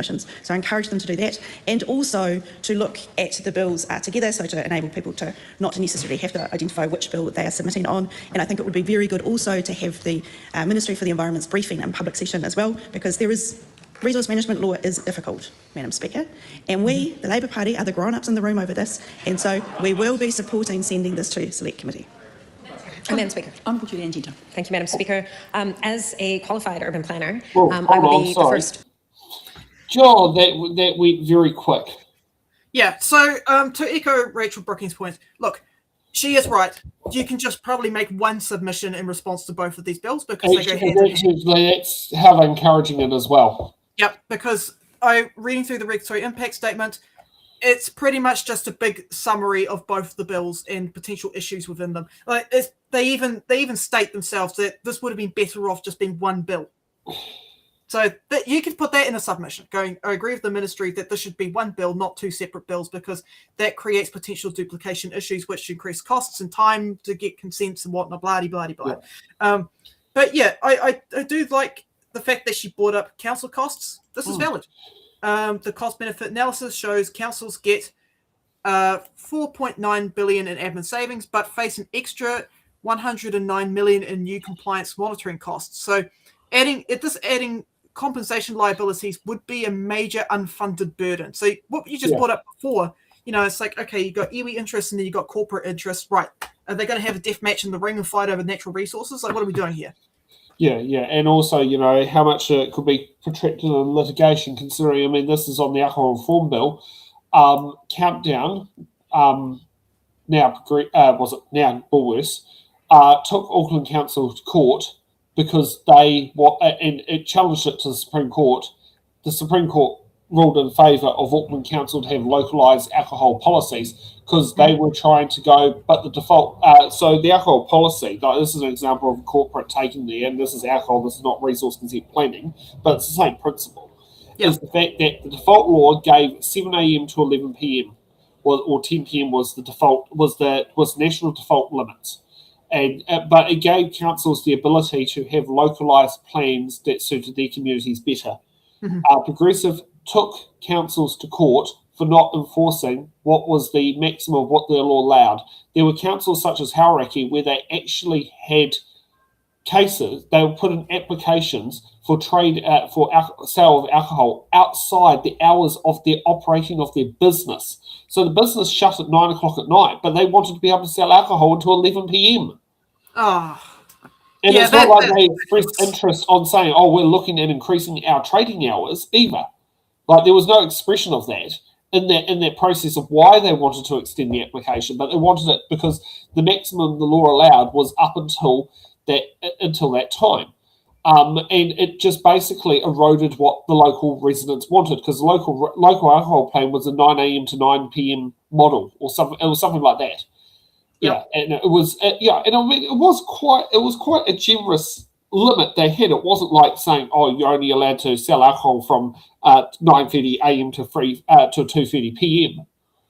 Yeah, I mean, there's one bottle store in the country that actually literally had to shut for 2 hours between 2:30 p.m. and 4:30 p.m. because kids walking home from school. Yeah. I mean, this is more than 10 years ago. There was a bottle store in Cannons Creek. Yeah. Yeah. I mean, I agree with Rachel. The RMA is an absolute resource management. Any type of legislation around that is an absolute dog's breakfast to navigate through. It's really complicated, and we've got a real issue in New Zealand with duplication of laws. Yeah. So, we definitely need to have times where you need, possibly that's where the Ministry of Regulation does come handy, is to catch up with these things such as duplication of laws. Yeah. And maybe that's something that might come positive out of David Seymour's Ministry of Regulations, considering I do believe it will probably be on the chopping block of the next government. Mm-hmm. Yeah. Okay, Julian Genter, my local MP. To acknowledge that our urban planning rules have been the source of many of the challenges that we face today. And I've spent the last 20 years trying to find opportunities to get better urban planning rules. While the RMA has been a bogeyman, I would say it wasn't necessarily the RMA that was the problem. It was the lack of national direction, which was always meant to be brought in under the RMA. And then it was the detail of the rules in many of the plans that caused many of the problems. For example, separating out land uses, requiring minimum parking requirements, a whole series of intersecting rules that stopped us from developing high quality density done well, as we did really up until the 1960s and 70s. So definitely changing our approach to urban planning is a huge opportunity to get more sustainable, affordable cities, which is what we need to respond to both climate change, but also have healthier, happier people, a more productive economy, lower transport costs right across the country. It's necessary but not sufficient to deliver these things. We also need changes in government investment in infrastructure and probably much more public house building as well, whether that's at a local government or central government level. It's a very interesting long bill, and I agree with the previous speaker, Rachel Brooking, that a lot of the good parts of this planning bill do retain some of the changes the previous government brought in that were repealed when this government came in, like the Spatial Planning Act, comes back in a form in this bill. And I do congratulate the minister on having a full select committee process. We're looking forward to that and to teasing out all of the detail, and for keeping us briefed to some extent on the progress on this new system. There's a lot to like in the new system, and I see a lot of potential to get better outcomes. Nonetheless, I think it is at this point difficult for us to support the bill, and it primarily comes down to some of the goals laid out in Clause 11, which I'm sure the minister will understand, and I completely understand why the coalition government has framed goals in this particular way, but I think it does miss the mark. A sub-goal to create well-functioning urban and rural areas, that sounds really good, but there's no definition of what that means, so a lot of that will come down to the specifics of, well, when we see the national direction laid out, then that will be something that maybe we can support. Probably our biggest hang-ups from the Greens, and no one will be surprised about this, has to do with 11.1b, 11.1d, and the lack of hierarchy in these. So, and also, as the previous speaker, my colleague Rachel Brooking pointed out, the much more restricted recognition of mana whenua and te tiriti o Waitangi, which no doubt would be a condition from some of the coalition partners. So for the Greens, it's fundamental to our future as a country that we recognise te tiriti o Waitangi and the kaitiaki role of tangata whenua, and that's something that should be reflected in our approach to planning. Secondly, I think the goal of the planning bill has to be developing sustainable, healthy cities and towns. And that would be a much better goal, I think, than enabling competitive urban land markets. It is true that the way that we approach housing and land at the moment is a very commodified approach, but I think that's not how it has to be. And while we do want to enable more homes within existing urban areas, which will mean more affordable housing, more affordable transport, and will reduce costs for people in many, many ways across the, public health, air quality, climate change. There's so many win-wins of that approach. But describing it as competitive urban land markets, to me, is too narrow and doesn't, recognize that we're more than just an economy. Like, the point of the economy is to support humans to live good lives and in harmony with our natural environment, because we're actually part of it. We need nature to survive and thrive. Member's time has expired. Jeez! she was quick to get in there. It's like, your time's expired. Get off. Oh, I mean, the bell went off. Yeah, it's a shame first reading speeches are only 5 minutes because Julian sounded like she actually had a speech that could probably go on quite, like a decent, fulfilling, worthwhile speech that could have gone on for 10 minutes. I couldn't say 20, but 10 minutes, yeah. Yeah, if anyone knows about the damn RMA, it's her. But yeah. Yeah. She Again, mentions a great point about car park availability. There are multiple council housing flats in Wellington which do not comply with the one car park per dwelling rule because of when they were built. Yep. And they are an exact example of where it will be appropriate to get rid of that one car park per dwelling rule would be in places where they're I'd say within 200 metres of a direct public transport link. That is a clear example of what is something that should be removed. And I mean, like Wellington, put it this way, I'm within 200 metres of the bus route. I've also got to admit the house I live in was built probably before the one car park rule existed because actually our property doesn't have any off-street parking. Now, explain to me what this one car park rule is. This is very specific. Okay, so in order to stop, so it was a place where, so it would mean that your dwelling, your property, you'll not be having an excessive amount of cars being stored on public infrastructure. It stated that all new builds had to have one car park per dwelling as part of the resource consent. Okay. But I mean, the interesting part that came with it is sometimes that rule can also be a contradiction because, you can't have one car park on the street, but then to put in the driveway in, you would take away one car park from the road so the car can park on private property. So it can jump in different areas, but effectively it meant that there had to be one car park per property. But I mean, you also get scenarios where that is in place in many buildings, but you have situations where landlords themselves aren't giving that car park to their tenants, or they are leasing it to other people outside the tenancy, which means you're still putting the problem onto the road. Yeah, because sometimes it's just not practical. Like having driven around in Wellington, it's not practical to have a car park right next to your house. You have to have it on the road. Yeah, exactly. Yeah, and that's the thing is like when you take a car park from the road and you put it onto the, I do know there is one particular address in Wellington where it is not completed yet. It's still a while away, but the curbing has been put out ready. So when the owner puts a car park on the property, the car park on the road disappears. But the reason why she hasn't completed it is because of the fact that it's taken a car park off the road.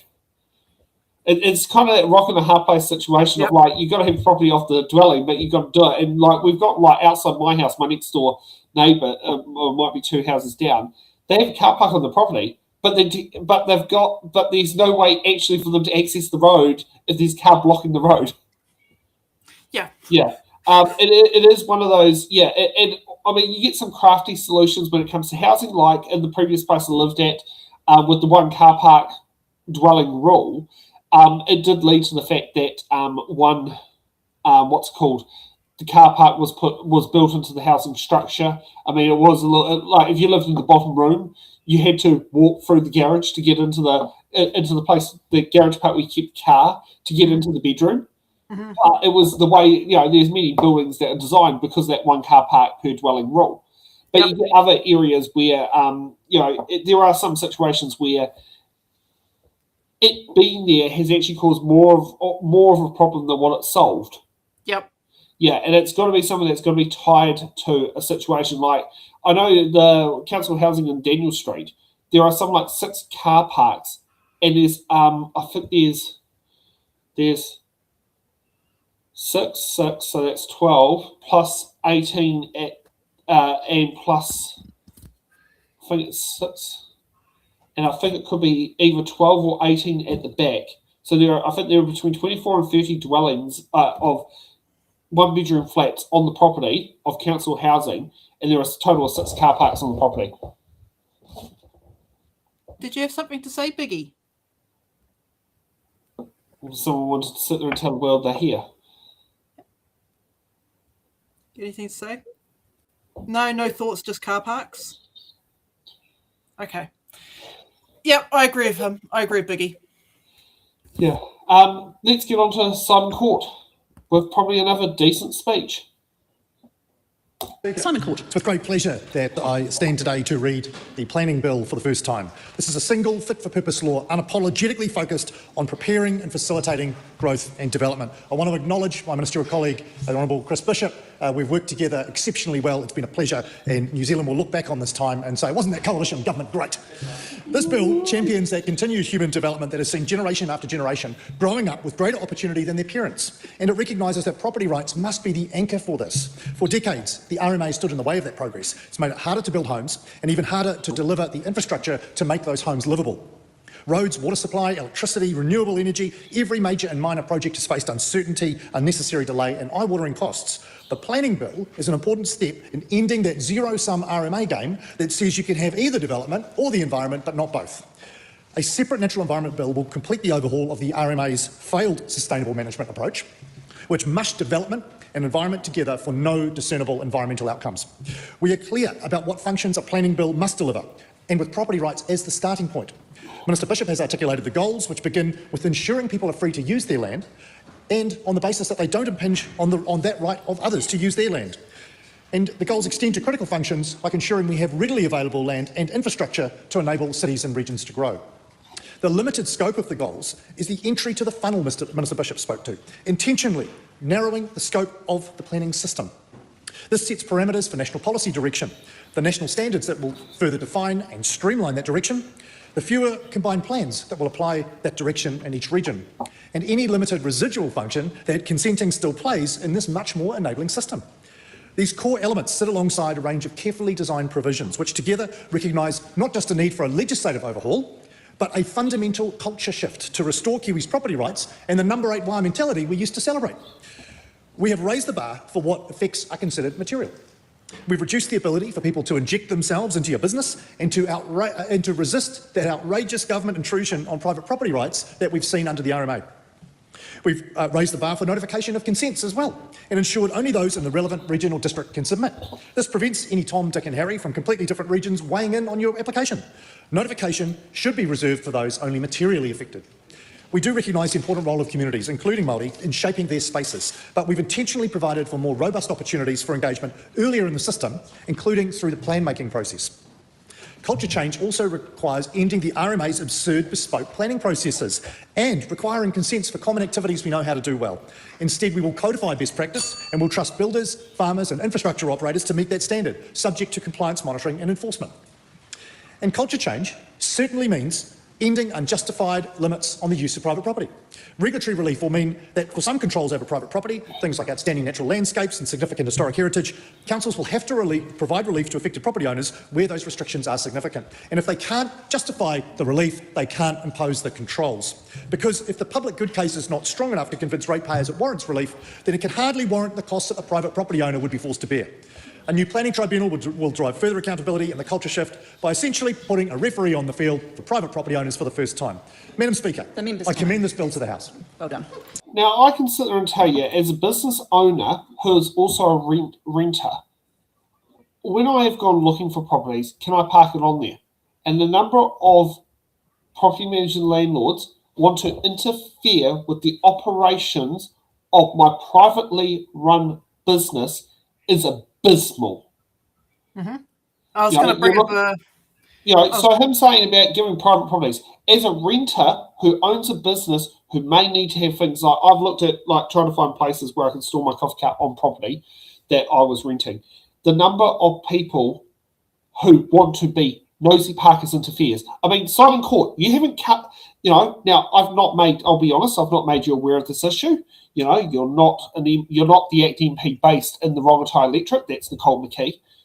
But the amount of busybodies, landlords who sit there and do it. Like my last place I was at, my landlord sat there and interfered with it. And one of the reasons why I left was apparently my business, I was breaching the lease agreement, which is a bit weird because the stock wasn't actually in there. of leaving stuff in there, and had to sit there and remove it in there. Now, the fact is that this wasn't happening at all, because the majority of it was stored in my coffee cart. Because, why would I store stuff in my lounge when I can store it in my business where it trades? But you get, talk about property rights. Like, I have never, as someone who's a renter, I have never felt that I've had the situation where I've been able to exercise my private property rights in the same way that you mentioned that we should be able to have. They seem to always get sidelined because they seem to be merely inconvenient by somebody who doesn't understand, doesn't want to listen, busybody landlord. Well, because for starters, they know that renters are not going to vote for them. So they're appealing to landlords who are going to vote for them. So they're going to uphold their private property rights because there's a hierarchy of private property rights here. But yeah, it's a bit of an oxymoron. It's like when my freedom to use my land impedes on your freedom to use your private property. Does that account? How does that move over to things like noise pollution? Because I can bring up a really good example of this. I used to work on an organic farm, and they had chickens, right? They still have chickens, but anyway, so it's talking in the past tense. Had chickens, right? Yeah. Next door to them, a gun club opened. And the gun club was causing so much noise that it actually directly impacted the business of the farmers. Yes. Yeah. Yep. So in that situation, who would Simon Court back? Would he back the farmers who are trying to make a living, or would he back the gun club? Production may have halved. Yep. His production is significantly impacted. Or the gun club that wasn't there first.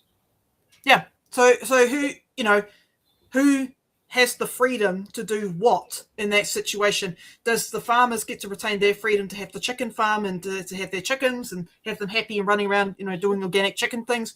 Or is it the gun club who's like, my freedoms though, and my guns, and I want to shoot things, ping, ping, pow, pow? Who wins? Who wins in that situation? Is the person who's there first, or the person? Yeah, exactly. Yeah, that's actually a very good example of what happens when those boundaries cross. What about lead pollution from leaving bullets all over the place? So some people don't clean up. We actually had a stage where we used to have lead in our petrol, and we actually got rid of it because it actually caused problems with which ultimately lowered a few IQ points off people for it, that we actually got rid of lead out of the petrol. We also had cars that no longer require lead to actually be put in petrol as well. So I mean, that was a bit of a bonus, was the fact that our technology moved on, that we no longer needed to put lead in our petrols. Yeah. I mean, okay, there are still some cars out there that do require lead to be put in their petrol, but you can buy, you don't need to put lead in everything for the less than 1% classic cars that need it. I think this is the key difference here between the right-wing libertarian and the left-wing libertarian like myself.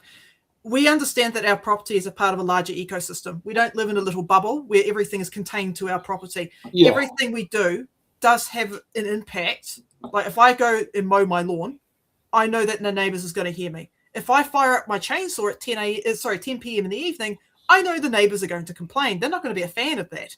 And rightfully so. It's impacting their ability to sleep and go to work and make money for their family. So and actually here's another one when it comes to a public one.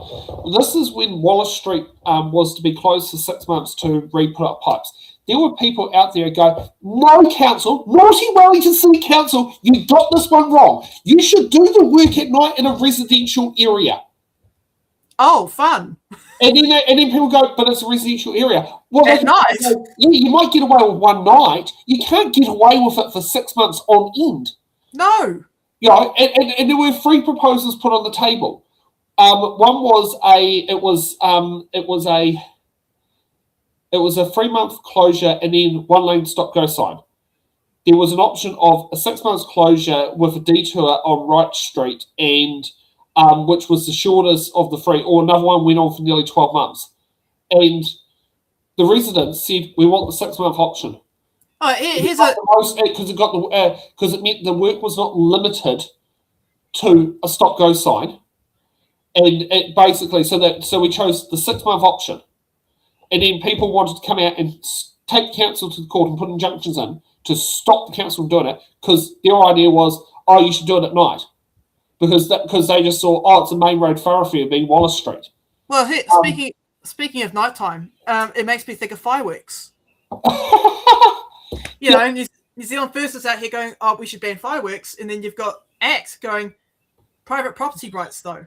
I should be allowed to set up my fireworks at the gun range next to the organic chicken farm. Yeah. We've found a very great ironic example there. I don't know. That argument from the right-wing libertarians, or that point, it doesn't work because it implies that we all live in little bubbles and we don't. Yeah, exactly. Which we don't. I mean, like, what's the next one is like, why should I use? Why do I need to tell people where I'm going? I don't use my indicators. I just drive. I mean, cars honk me, horn at me, but they're wrong to honk me, horn at me. You know, just because I nearly crashed into them and I ignored the stop signs. Once upon a time, the right-wing libertarians used to argue against seatbelts. Oh God, yes. Yeah, and probably also against drink driving. Yeah. Yeah. I have to show this video at some point, but the libertarian debate about toasters from the Libertarian Party for America, I don't know if you've seen that. It's hilarious. You got all these libertarian candidates debating about, you know, the brand toaster they use. Yeah, debating about driver's licenses, and one of the guys stood up and said, "What's next? Do I need a license to operate my toaster?" The driver's license just proves that you're competent, that you're medically fit to drive. You know, you don't want someone who's blind driving a car. You don't want someone who's got epilepsy who could have a seizure at any time driving a car. But as far as they're concerned, the car is your private property, and you're a taxpayer, and you pay for the public road. Therefore, you should just have the right to drive on the public road without having a license that proves that you can competently drive a car. Because if you can't competently drive a car, you can impact the freedoms of others by, I don't know, ruining their lives or killing them. Yeah, exactly. I mean, that's why a lot of states in the United States actually have compulsory car insurance. Yes. For that reason. Yeah, because they don't have ACC. Yeah. Okay, let's get on to Jamie Arbuckle. Jamie Arbuckle. Thank you, Madam Speaker. I rise on behalf of New Zealand First to support the planning bill. This is a great day today as we put the new framework in for resource management in New Zealand. New Zealand First campaigned in the 2023 election on getting resource management a better system in place. We know the RMA for a number of years, actually, Madam Speaker, over decades now, has been broken. It has been plaguing New Zealand with bureaucratic complexity, excessive litigation, and has only hindered development. So today, putting this system, getting it underway, is changing the way resource management will be dealt with. What we do need, Madam Speaker, is through the Select Committee, as the Minister has described, a really good process for submissions. So really glad to hear that submission process will be longer, to hear the views, especially from councils and people that use the resource management system, to hear those views and to refine anything in this bill as we go forward. But Madam Speaker, the thing I want to really say is we do need an enduring system going forward. We can't be swapping and changing. We need to actually, in this House, is actually get behind this bill and actually go into the next election and give people in New Zealand certainty. We want to give certainty to our businesses and to our community so we can actually lift productivity in this country. What we have seen in this bill, Madam Speaker, is that there is no great surprises. We have signalled through the ministers that it was set around property rights. That has come through in the bill. And also that it's a top-down decision-making. It's about giving consistency. We do not want to see ad hoc plans across this country. We've had too much ad hoc planning where we want to have some consistency so we know if we go from one district to another that we've got consistency in the rules. We're also having the national instruments that will become a fundamental part of this bill. They will come in through 2020, at the end of 2026, 27, and having national standards, again, across the country that won't matter if you're in the bottom of the south or the top of the north, that you'll know what those national standards are. They will not be different across the country. We'll have those standardised plans with standardised zones so we know what development will go where. And one thing that was a real bugbearer from my time of being a hearings commissioner was all the different activity classes there was, Madam Speaker. And we used to have a thing called a non-complying activity. And as a decision maker, you'd have to go through this gateway test, and all of a sudden something that was almost seen to be prohibited, you could go through a gateway test and then be able to actually try to find a way to get that consent through. Where this is streamlining the classes, making things either more permitted, or if they're going through a system, making them complying activities so you can actually get things through the system quicker. Also, another bugbearer for especially the New Zealand First Party, and if you look in the coastal area, has been around amenity and landscape when we're talking about things like aquaculture, where you've got in like the Marlborough Sounds, where we've got about 60% of the marine farms, and you get hung up on some batch owner in Christchurch saying, oh, it's the amenity of this, we can't put this marine farm in this bay, where the marine farmers and the community there, they want to see the farms develop, but because of this silly thing around amenity, what was always subjective. It was always subjective by some people that were well-paid landscape architects and that saying you could not do it. That's gone. So we're really pleased to see that this bill will enable economic growth and infrastructure development. But, Madam Speaker, what I'm proud of to stand in this House is this is about creating jobs, it's about creating investment, and it's about increasing productivity. I will commend this bill to the House. Thank you. I don't know the specific case he's talking about with the aqua farms and the. But that does sound like you can get some person who goes, because I'm only there twice a year, I want to object to a salmon farm being built in the same corridor as somewhere else. And he is mentioning the fact of something that is to do with the Marlborough Sounds. There are people who, are part-time dwellers who would want to object to economic prosperity. Like, you could have a situation where you have 95% of the people are for a project, and you'll have some person from, say, as he described, from Christchurch, who's a batch owner, try to stop it all. Couldn't the inverse also be true? Like, you get a developer who hangs around I don't know, a couple of times a year, who wants to build this massive infrastructure thing, and the community says, no, we don't want this, but it's just but the council's like, yep, we want to go ahead and do this, despite the Yeah, it is a rock and a hard place. Like, because in order to object to something, like under the RMA, if effectively it's not going to cause harm, a council's hands are kind of tied to grant consent. Yep. Okay, and this was something that I looked at because this is something that was brought up as concern. I'm not as worried about it now as I was back in 2019, but it was with 5G cell phone towers. Right, okay. The cell phone tower, the way the signal has to travel is it's a lot more point to point. Now, at this point, there was a lot less information regarding 5G at the time. So when it came to, say, 5G towers, there was an assumption that the 5G towers themselves were the same size as a 4G tower. Mm-hmm. And what type of radiation would it be pumping out? And because there was no standard for it. Now, as time has gone on and as more information has come out, the sizes of these 5G towers actually were a lot smaller than the 4G tower. A 5G tower, it can be just slightly bigger than your home Wi-Fi router unit.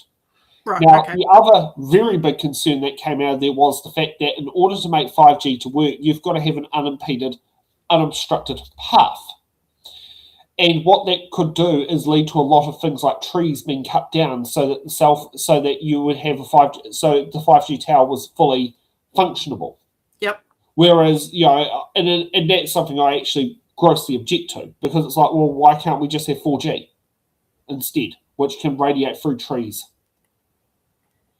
And that is something that has to really seriously be looked at, is that with the trying to have a 5G tower versus a 4G tower, what significant benefit are we getting versus the ups and downs? Because the thing is, many things can function on 4G perfectly fine.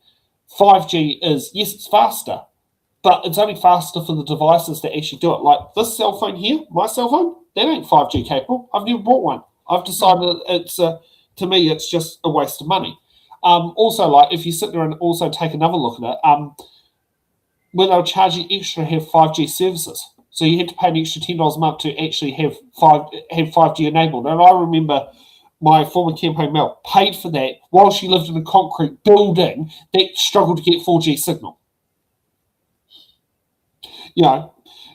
But yeah, it is it's so that was something I had concern about. And this is something Sarah Free brought up about the Resource Management Act, is the fact that unless there was something that would actually cause problems with it, you were pretty much forced, your hands were tied to grant the consent unless there was something that actually could stop that consent from being granted.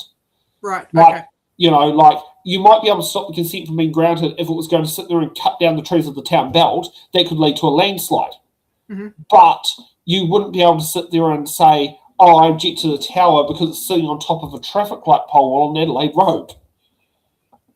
You know, that sort of thing there. You know, it was definitely, you know, so at which point do you draw a line? Now, I'm not sure if people know this, but a lot of 4G towers actually have 5G technology on them now, depending where they are. So that is something that actually has happened because you don't actually need to change the resource consent between a 4 and 5G signal coverage on the same cell phone tower. But to build a new cell phone tower, you need new resource consent. And cell phone towers require resource consent. They cannot get building permits because they produce hazardous effects such as radiation. Yeah.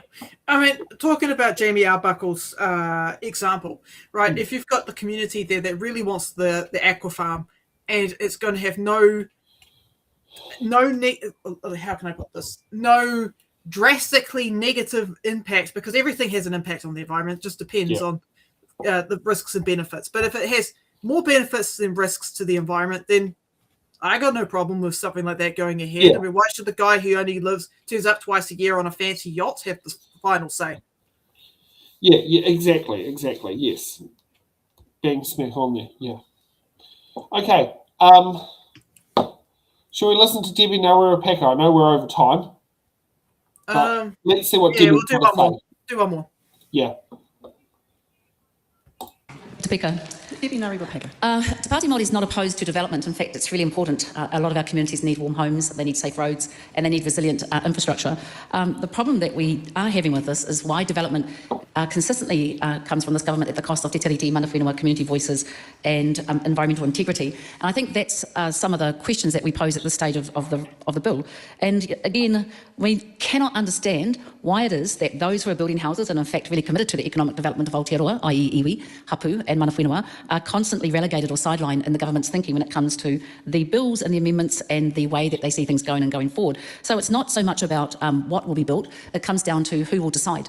And it does seem, again, consistently that this government doesn't see a role for iwi or hapu or mana whenua when we can look at what it is that they've proposed in Section 11 and where they see the participation of iwi. And the vagueness, we talk about giving certainty through legislation, but actually this gives uncertainty to not only the way that te tiriti is seen, but the way that iwi are seen by this government in any role of development.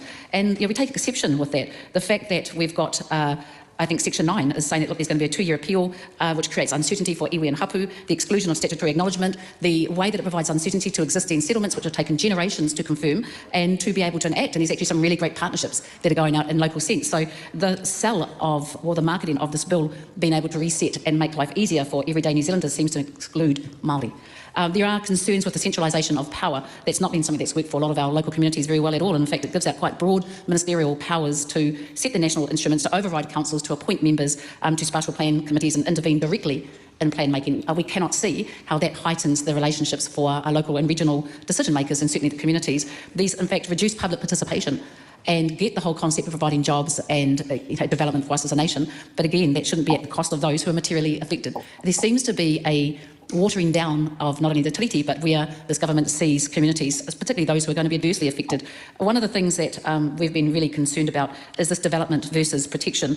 And it says that the bill will balance housing, infrastructure, the environment and Māori interests, but there's actually no clear rule of hierarchy of where te tiriti sits in this. From certainly the iwi's perspective, the tiriti comes first, and that's in fact what the governments have agreed to in the settlements and the relationships that they have with them. So again, this vagueness of why Māori rights are being watered down is concerning, that the government's continued this theme with a lot of the way that it sees that these amendments or the way that this bill is going to work is going to be able to work better. And it just really means that there'll be more time spent in courts and spent doing things that are counterproductive to developing the economy of Aotearoa. Environmental and heritage protections, we've seen some of that effect management really narrowed, concerningly narrowed down. And this whole treaty transition, where we see treaty settlements are going to be negotiated or rearranged within a 2-year period, what happens if that doesn't land the way that the iwi who have settled expected it to? What is the government providing for certainty? Are they going to be opening up so much more for the complex settlement settlements and what they're risking to everyone in New Zealand when we have to see some of those opened up. So not pleased with some of the changes, have been pleased with the fact that the Minister did engage with us and has actually agreed to extend this and make sure that the public have a really good say about this bill, but certainly at this stage we don't support the first reading. Thank you. Madam Speaker. A very well concise speech, Debbie. Straight to the point, no riffraff, no tangents. Yep, pretty good little summary there, actually. The biggest concern I have with this legislation is the centralisation of power and not, and removing the ability for people to object, especially if a big corporation comes in with a big plan. And all the money for the lawyers. Yeah, and all the money for the lawyers to pretty much override what the local community needs and wants. That will always be a concern to me. I've always been a small local government person myself. So yeah, it does concern me, especially when you take into conjunction things like the Public Works Amendment Bill. You take into effect the Wildlife Amendment Act. I'm trying to remember these off the top of my head. The Fast Tracks Bill. There's just a lot of stuff that's just been, when you lump them together, you go, oh shit. But here's the thing, and this is why bills like this are kind of hard to write submissions for, because there are good things in here, but there are also, if you have to really pick to find the nastier stuff. Exactly. Like, not everything in these bills are bad, but the things that have been identified as bad could be quite detrimental for local communities. Yeah, exactly. Now, just while you mentioned the word Public Works Bill. Yeah. You inspired this command into ChatGPT. Yeah, there you go. I'm okay with this. I mean, not my stance. Anyone that knows me, I'm not a big fan of generative AI, but when it comes to little small channels like this, I don't have a problem with using generative AI once in a blue moon to make a funny thumbnail. I think it's fine. Yeah, and that literally holds it up quite well. And the image there of Irene Kuipera is her by-election picture. Because I know when I sent it to Kiwi Skirt, I said, what do you think? It's like, oh, good, do you have permission from that person? I go, no, but it is Irene Kuipera. And I was like, oh, yes, I should have recognised the person from that, yes. Yeah, I think it will be okay. Like you're not doing a Hobson's pledge out here, grabbing some. No. And actually, I think if Irene actually looked at the context of what it was, and like the whole thing behind it, she will actually go, hell yeah, that is awesome. Yeah, we should do that more often with just have like a person with a trash can just dumping all the bills into Mount Doom, Just to let you know, Kiwi Skirt, those shorts are all done by AI through Opus Clips. So we actually do a fair. There's a lot more that gets done on AI. But here's the thing.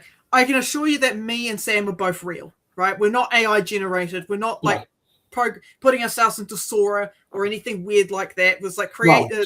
No. No. Like, no, we don't have the money to do that. Yeah, but even if we did, I wouldn't. I'd be like, bro, don't use my face like that, man. Yeah, exactly. No, it is a tool to sit there and do that. As I say, I use it for tools for certain things, such as like ChatGPT. That is a brilliant tool to get titles for our YouTube videos based on the Hansards, and it also is useful for getting hashtags. Yep. And it is a useful tool. Would I sit there and ask legal advice from ChatGPT? No, because it will give you the answer you want to hear, not necessarily the answer you should be hearing. Yes, and that's the important caveat when you're using AI programs. Like, look, I use DeepSeek. I'm not going to lie. I use it to help me summarize big documents because I take a lot of notes and then I put all the notes into DeepSeek and I go, please help me tidy up these notes so they're more easier for me to read and to riff off, And I usually get to do it in bullet points, so I still have to think when I talk, but the bullet points are there going, please remember this point.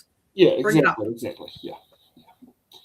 Okay, for those who are wanting to know what submissions that are available for there, now I've just got to start looking down there because I actually haven't uploaded anything more from it since we last did the shows. I forgot to actually do that. Okay, so the international treaty, International Treaty Examination of Agreement to Establish the Pacific Reliance Facility. That's the name of it. Closes this Wednesday, the 21st. The Public Works Amendment Bill closes on Tuesday, the 27th of January, the day that the MPs get back to Parliament. The Emergency Management Bill closes on Tuesday, the 3rd of February. The Budget Policy Statement closes on Wednesday, the 4th of February. The Commerce Promoting Competition and Other Matters Amendment Bill closes on Wednesday, the 4th of February. The Planning Bill and Natural Environment Bill, the one we've just covered on our show today, closes Friday, the 13th of February, the day before, Valentine's Day. So make sure you get that submission in before you go out on Valentine's Day for the dates. And you've got the Arms Bill, which closes on Friday, the 16th of February, and we've also got the Crime Amendment Bill, where Sonny from can arrest people at dairy when he feels pleased. Bill, this is the one where you sit down and you put a submission, say people should actually have to be qualified to do a citizen's arrest and be trained. Yep. So you don't end up having people, being spear tackled because I didn't realise you paid for the chocolate bar. Yeah, it's like imagine spear tackling a 10-year-old and then doing a ground and pound on them. It's just, it's like, come on, man. That's just assault at that point. It's not even self-defense. Simon has asked, I'm curious if the 4-year referendum bill is still doing submissions. No, it's long past that point. I don't think it's proceeded to second reading yet, but it's definitely long after submissions because I did put a submission on it. So I do remember putting, not sure if that was the one, because there was a couple of few bills all tied around the same point that had submissions on it. But I mean, I think those submissions were before local body elections. Yeah. Was it? Yeah, it might have been actually, yeah. Yeah, because I remember doing that before local body elections. Yeah. Yeah, because that was when I was doing submissions in person. Yeah, because the last 2 submissions I've done to the Justice Committee, I did online because of the way things are. Yeah. Okay. We'll be back next week. Now, what are we covering next week? Because we can tell you that at the moment. Yeah. However, don't get used to this. This will be the last time we'll be able to sit there and do it. The Buildings Earthquake-Prone Building Amendment Bill and Infrastructure Funding and Financing Amendment Bill, both first readings, will be read here next Sunday. We do have our poll with our lovely results, and we're going to end the poll now. Thank you for that. Should we look at doing repeats for our shows? 62% says we should repeat the show sometime during the week, and 38% say no.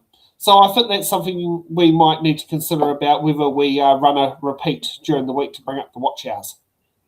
Yeah, I mean, there's definitely an option, but it could clash with Kiwi Pulse. It just depends. Oh, exactly. We've got to sit down there and look at when we're going to do it. Yeah, like I think like on a Saturday, you could do a rerun or Oh yeah, no. Part of me was thinking like a pre-warm up to BHN. Oh yeah, who would that clip potentially clash with? Monday and Tuesday clashes. Wednesday doesn't. Thursday does. Oh, okay, just do it on Wednesday. Yeah. No, I've gone for a week because you've got Aotearoa tonight on Monday. You've got the Bradbury group on Tuesday, and you've got Andrew Kai on Thursday. Yeah, no, Wednesday's good. That's a pretty good slot. Yeah, that's been a date that it's been a potential for content could go into or could not, but it could be a trial run. It's to see if different people watch the repeat. Yeah. Okay, we'll see you guys all next Sunday for our Auckland anniversary weekend special, celebrated by 2 Wellingtonians. Okay. Yeah. Sweet. Okay, bye. Thank you for watching the Order Paper, your express ticket to the New Zealand House of Representatives. Every episode, we unravel the complex world of legislation, debate, and democracy. From bills to select committees, we've got it all covered. From our team of political commentators who will dissect and explain what's happened so you can remain up to date on what's happened in the Aotearoa, New Zealand Parliament. To support our channel, you can become a Patreon member at patreon.com/it'sintheballot. The Order Paper podcast is brought to you by